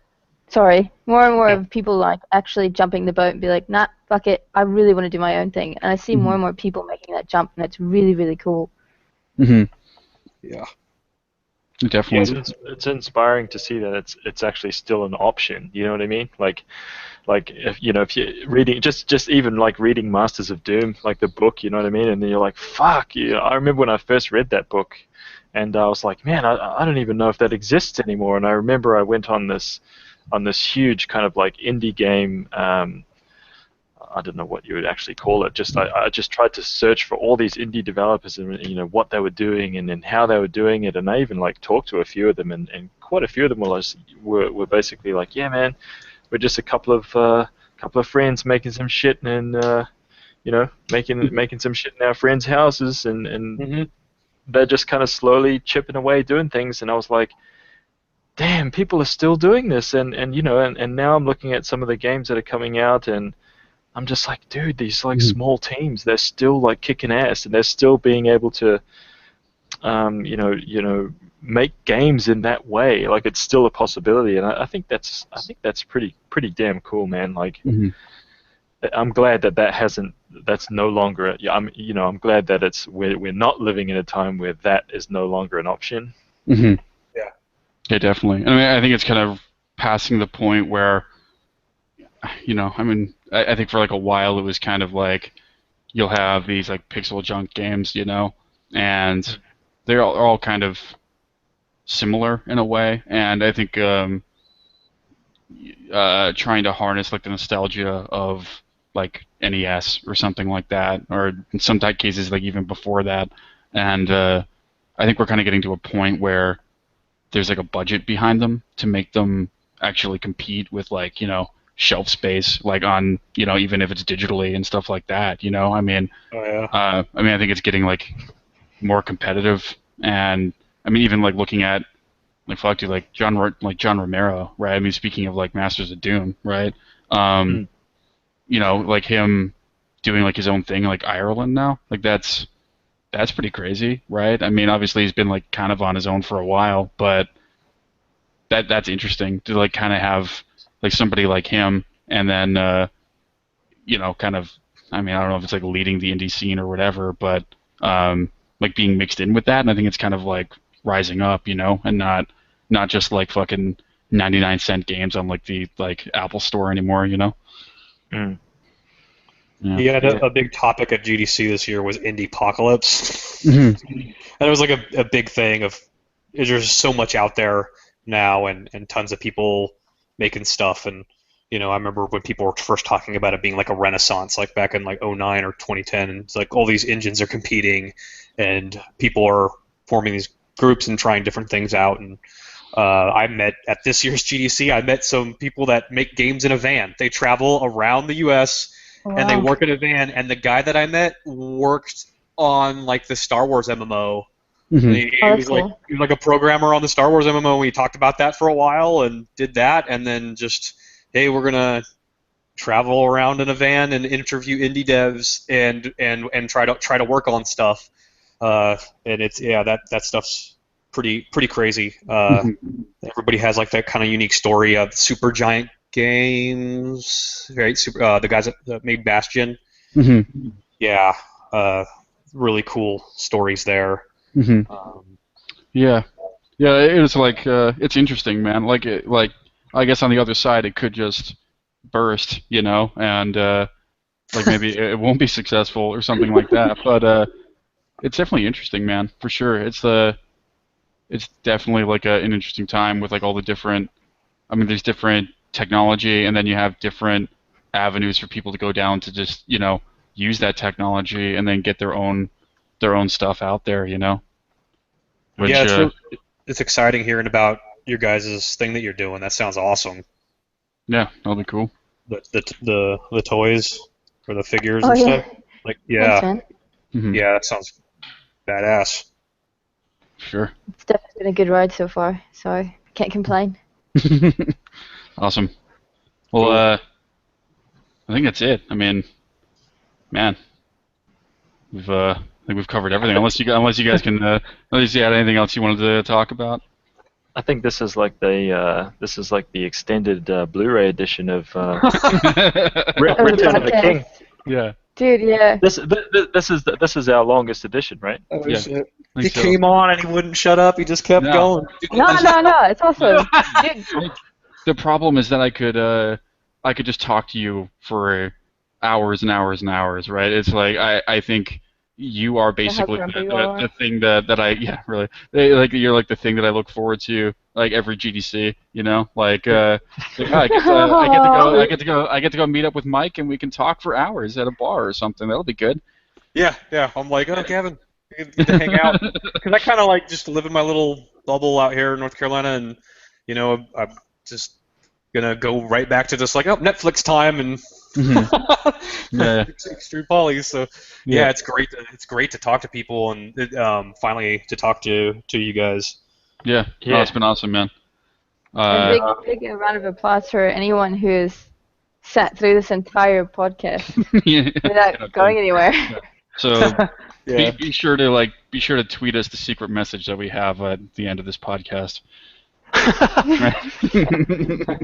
Yeah, stick around for that 3 hours of dead space. All right, gonna wrap it up here. All right, thanks, Mike. It's been Yeah, awesome. thanks for having me on. It's great. Yeah, dude. All right, guys, take it easy. Cool. All right. Bye. See you. Bye.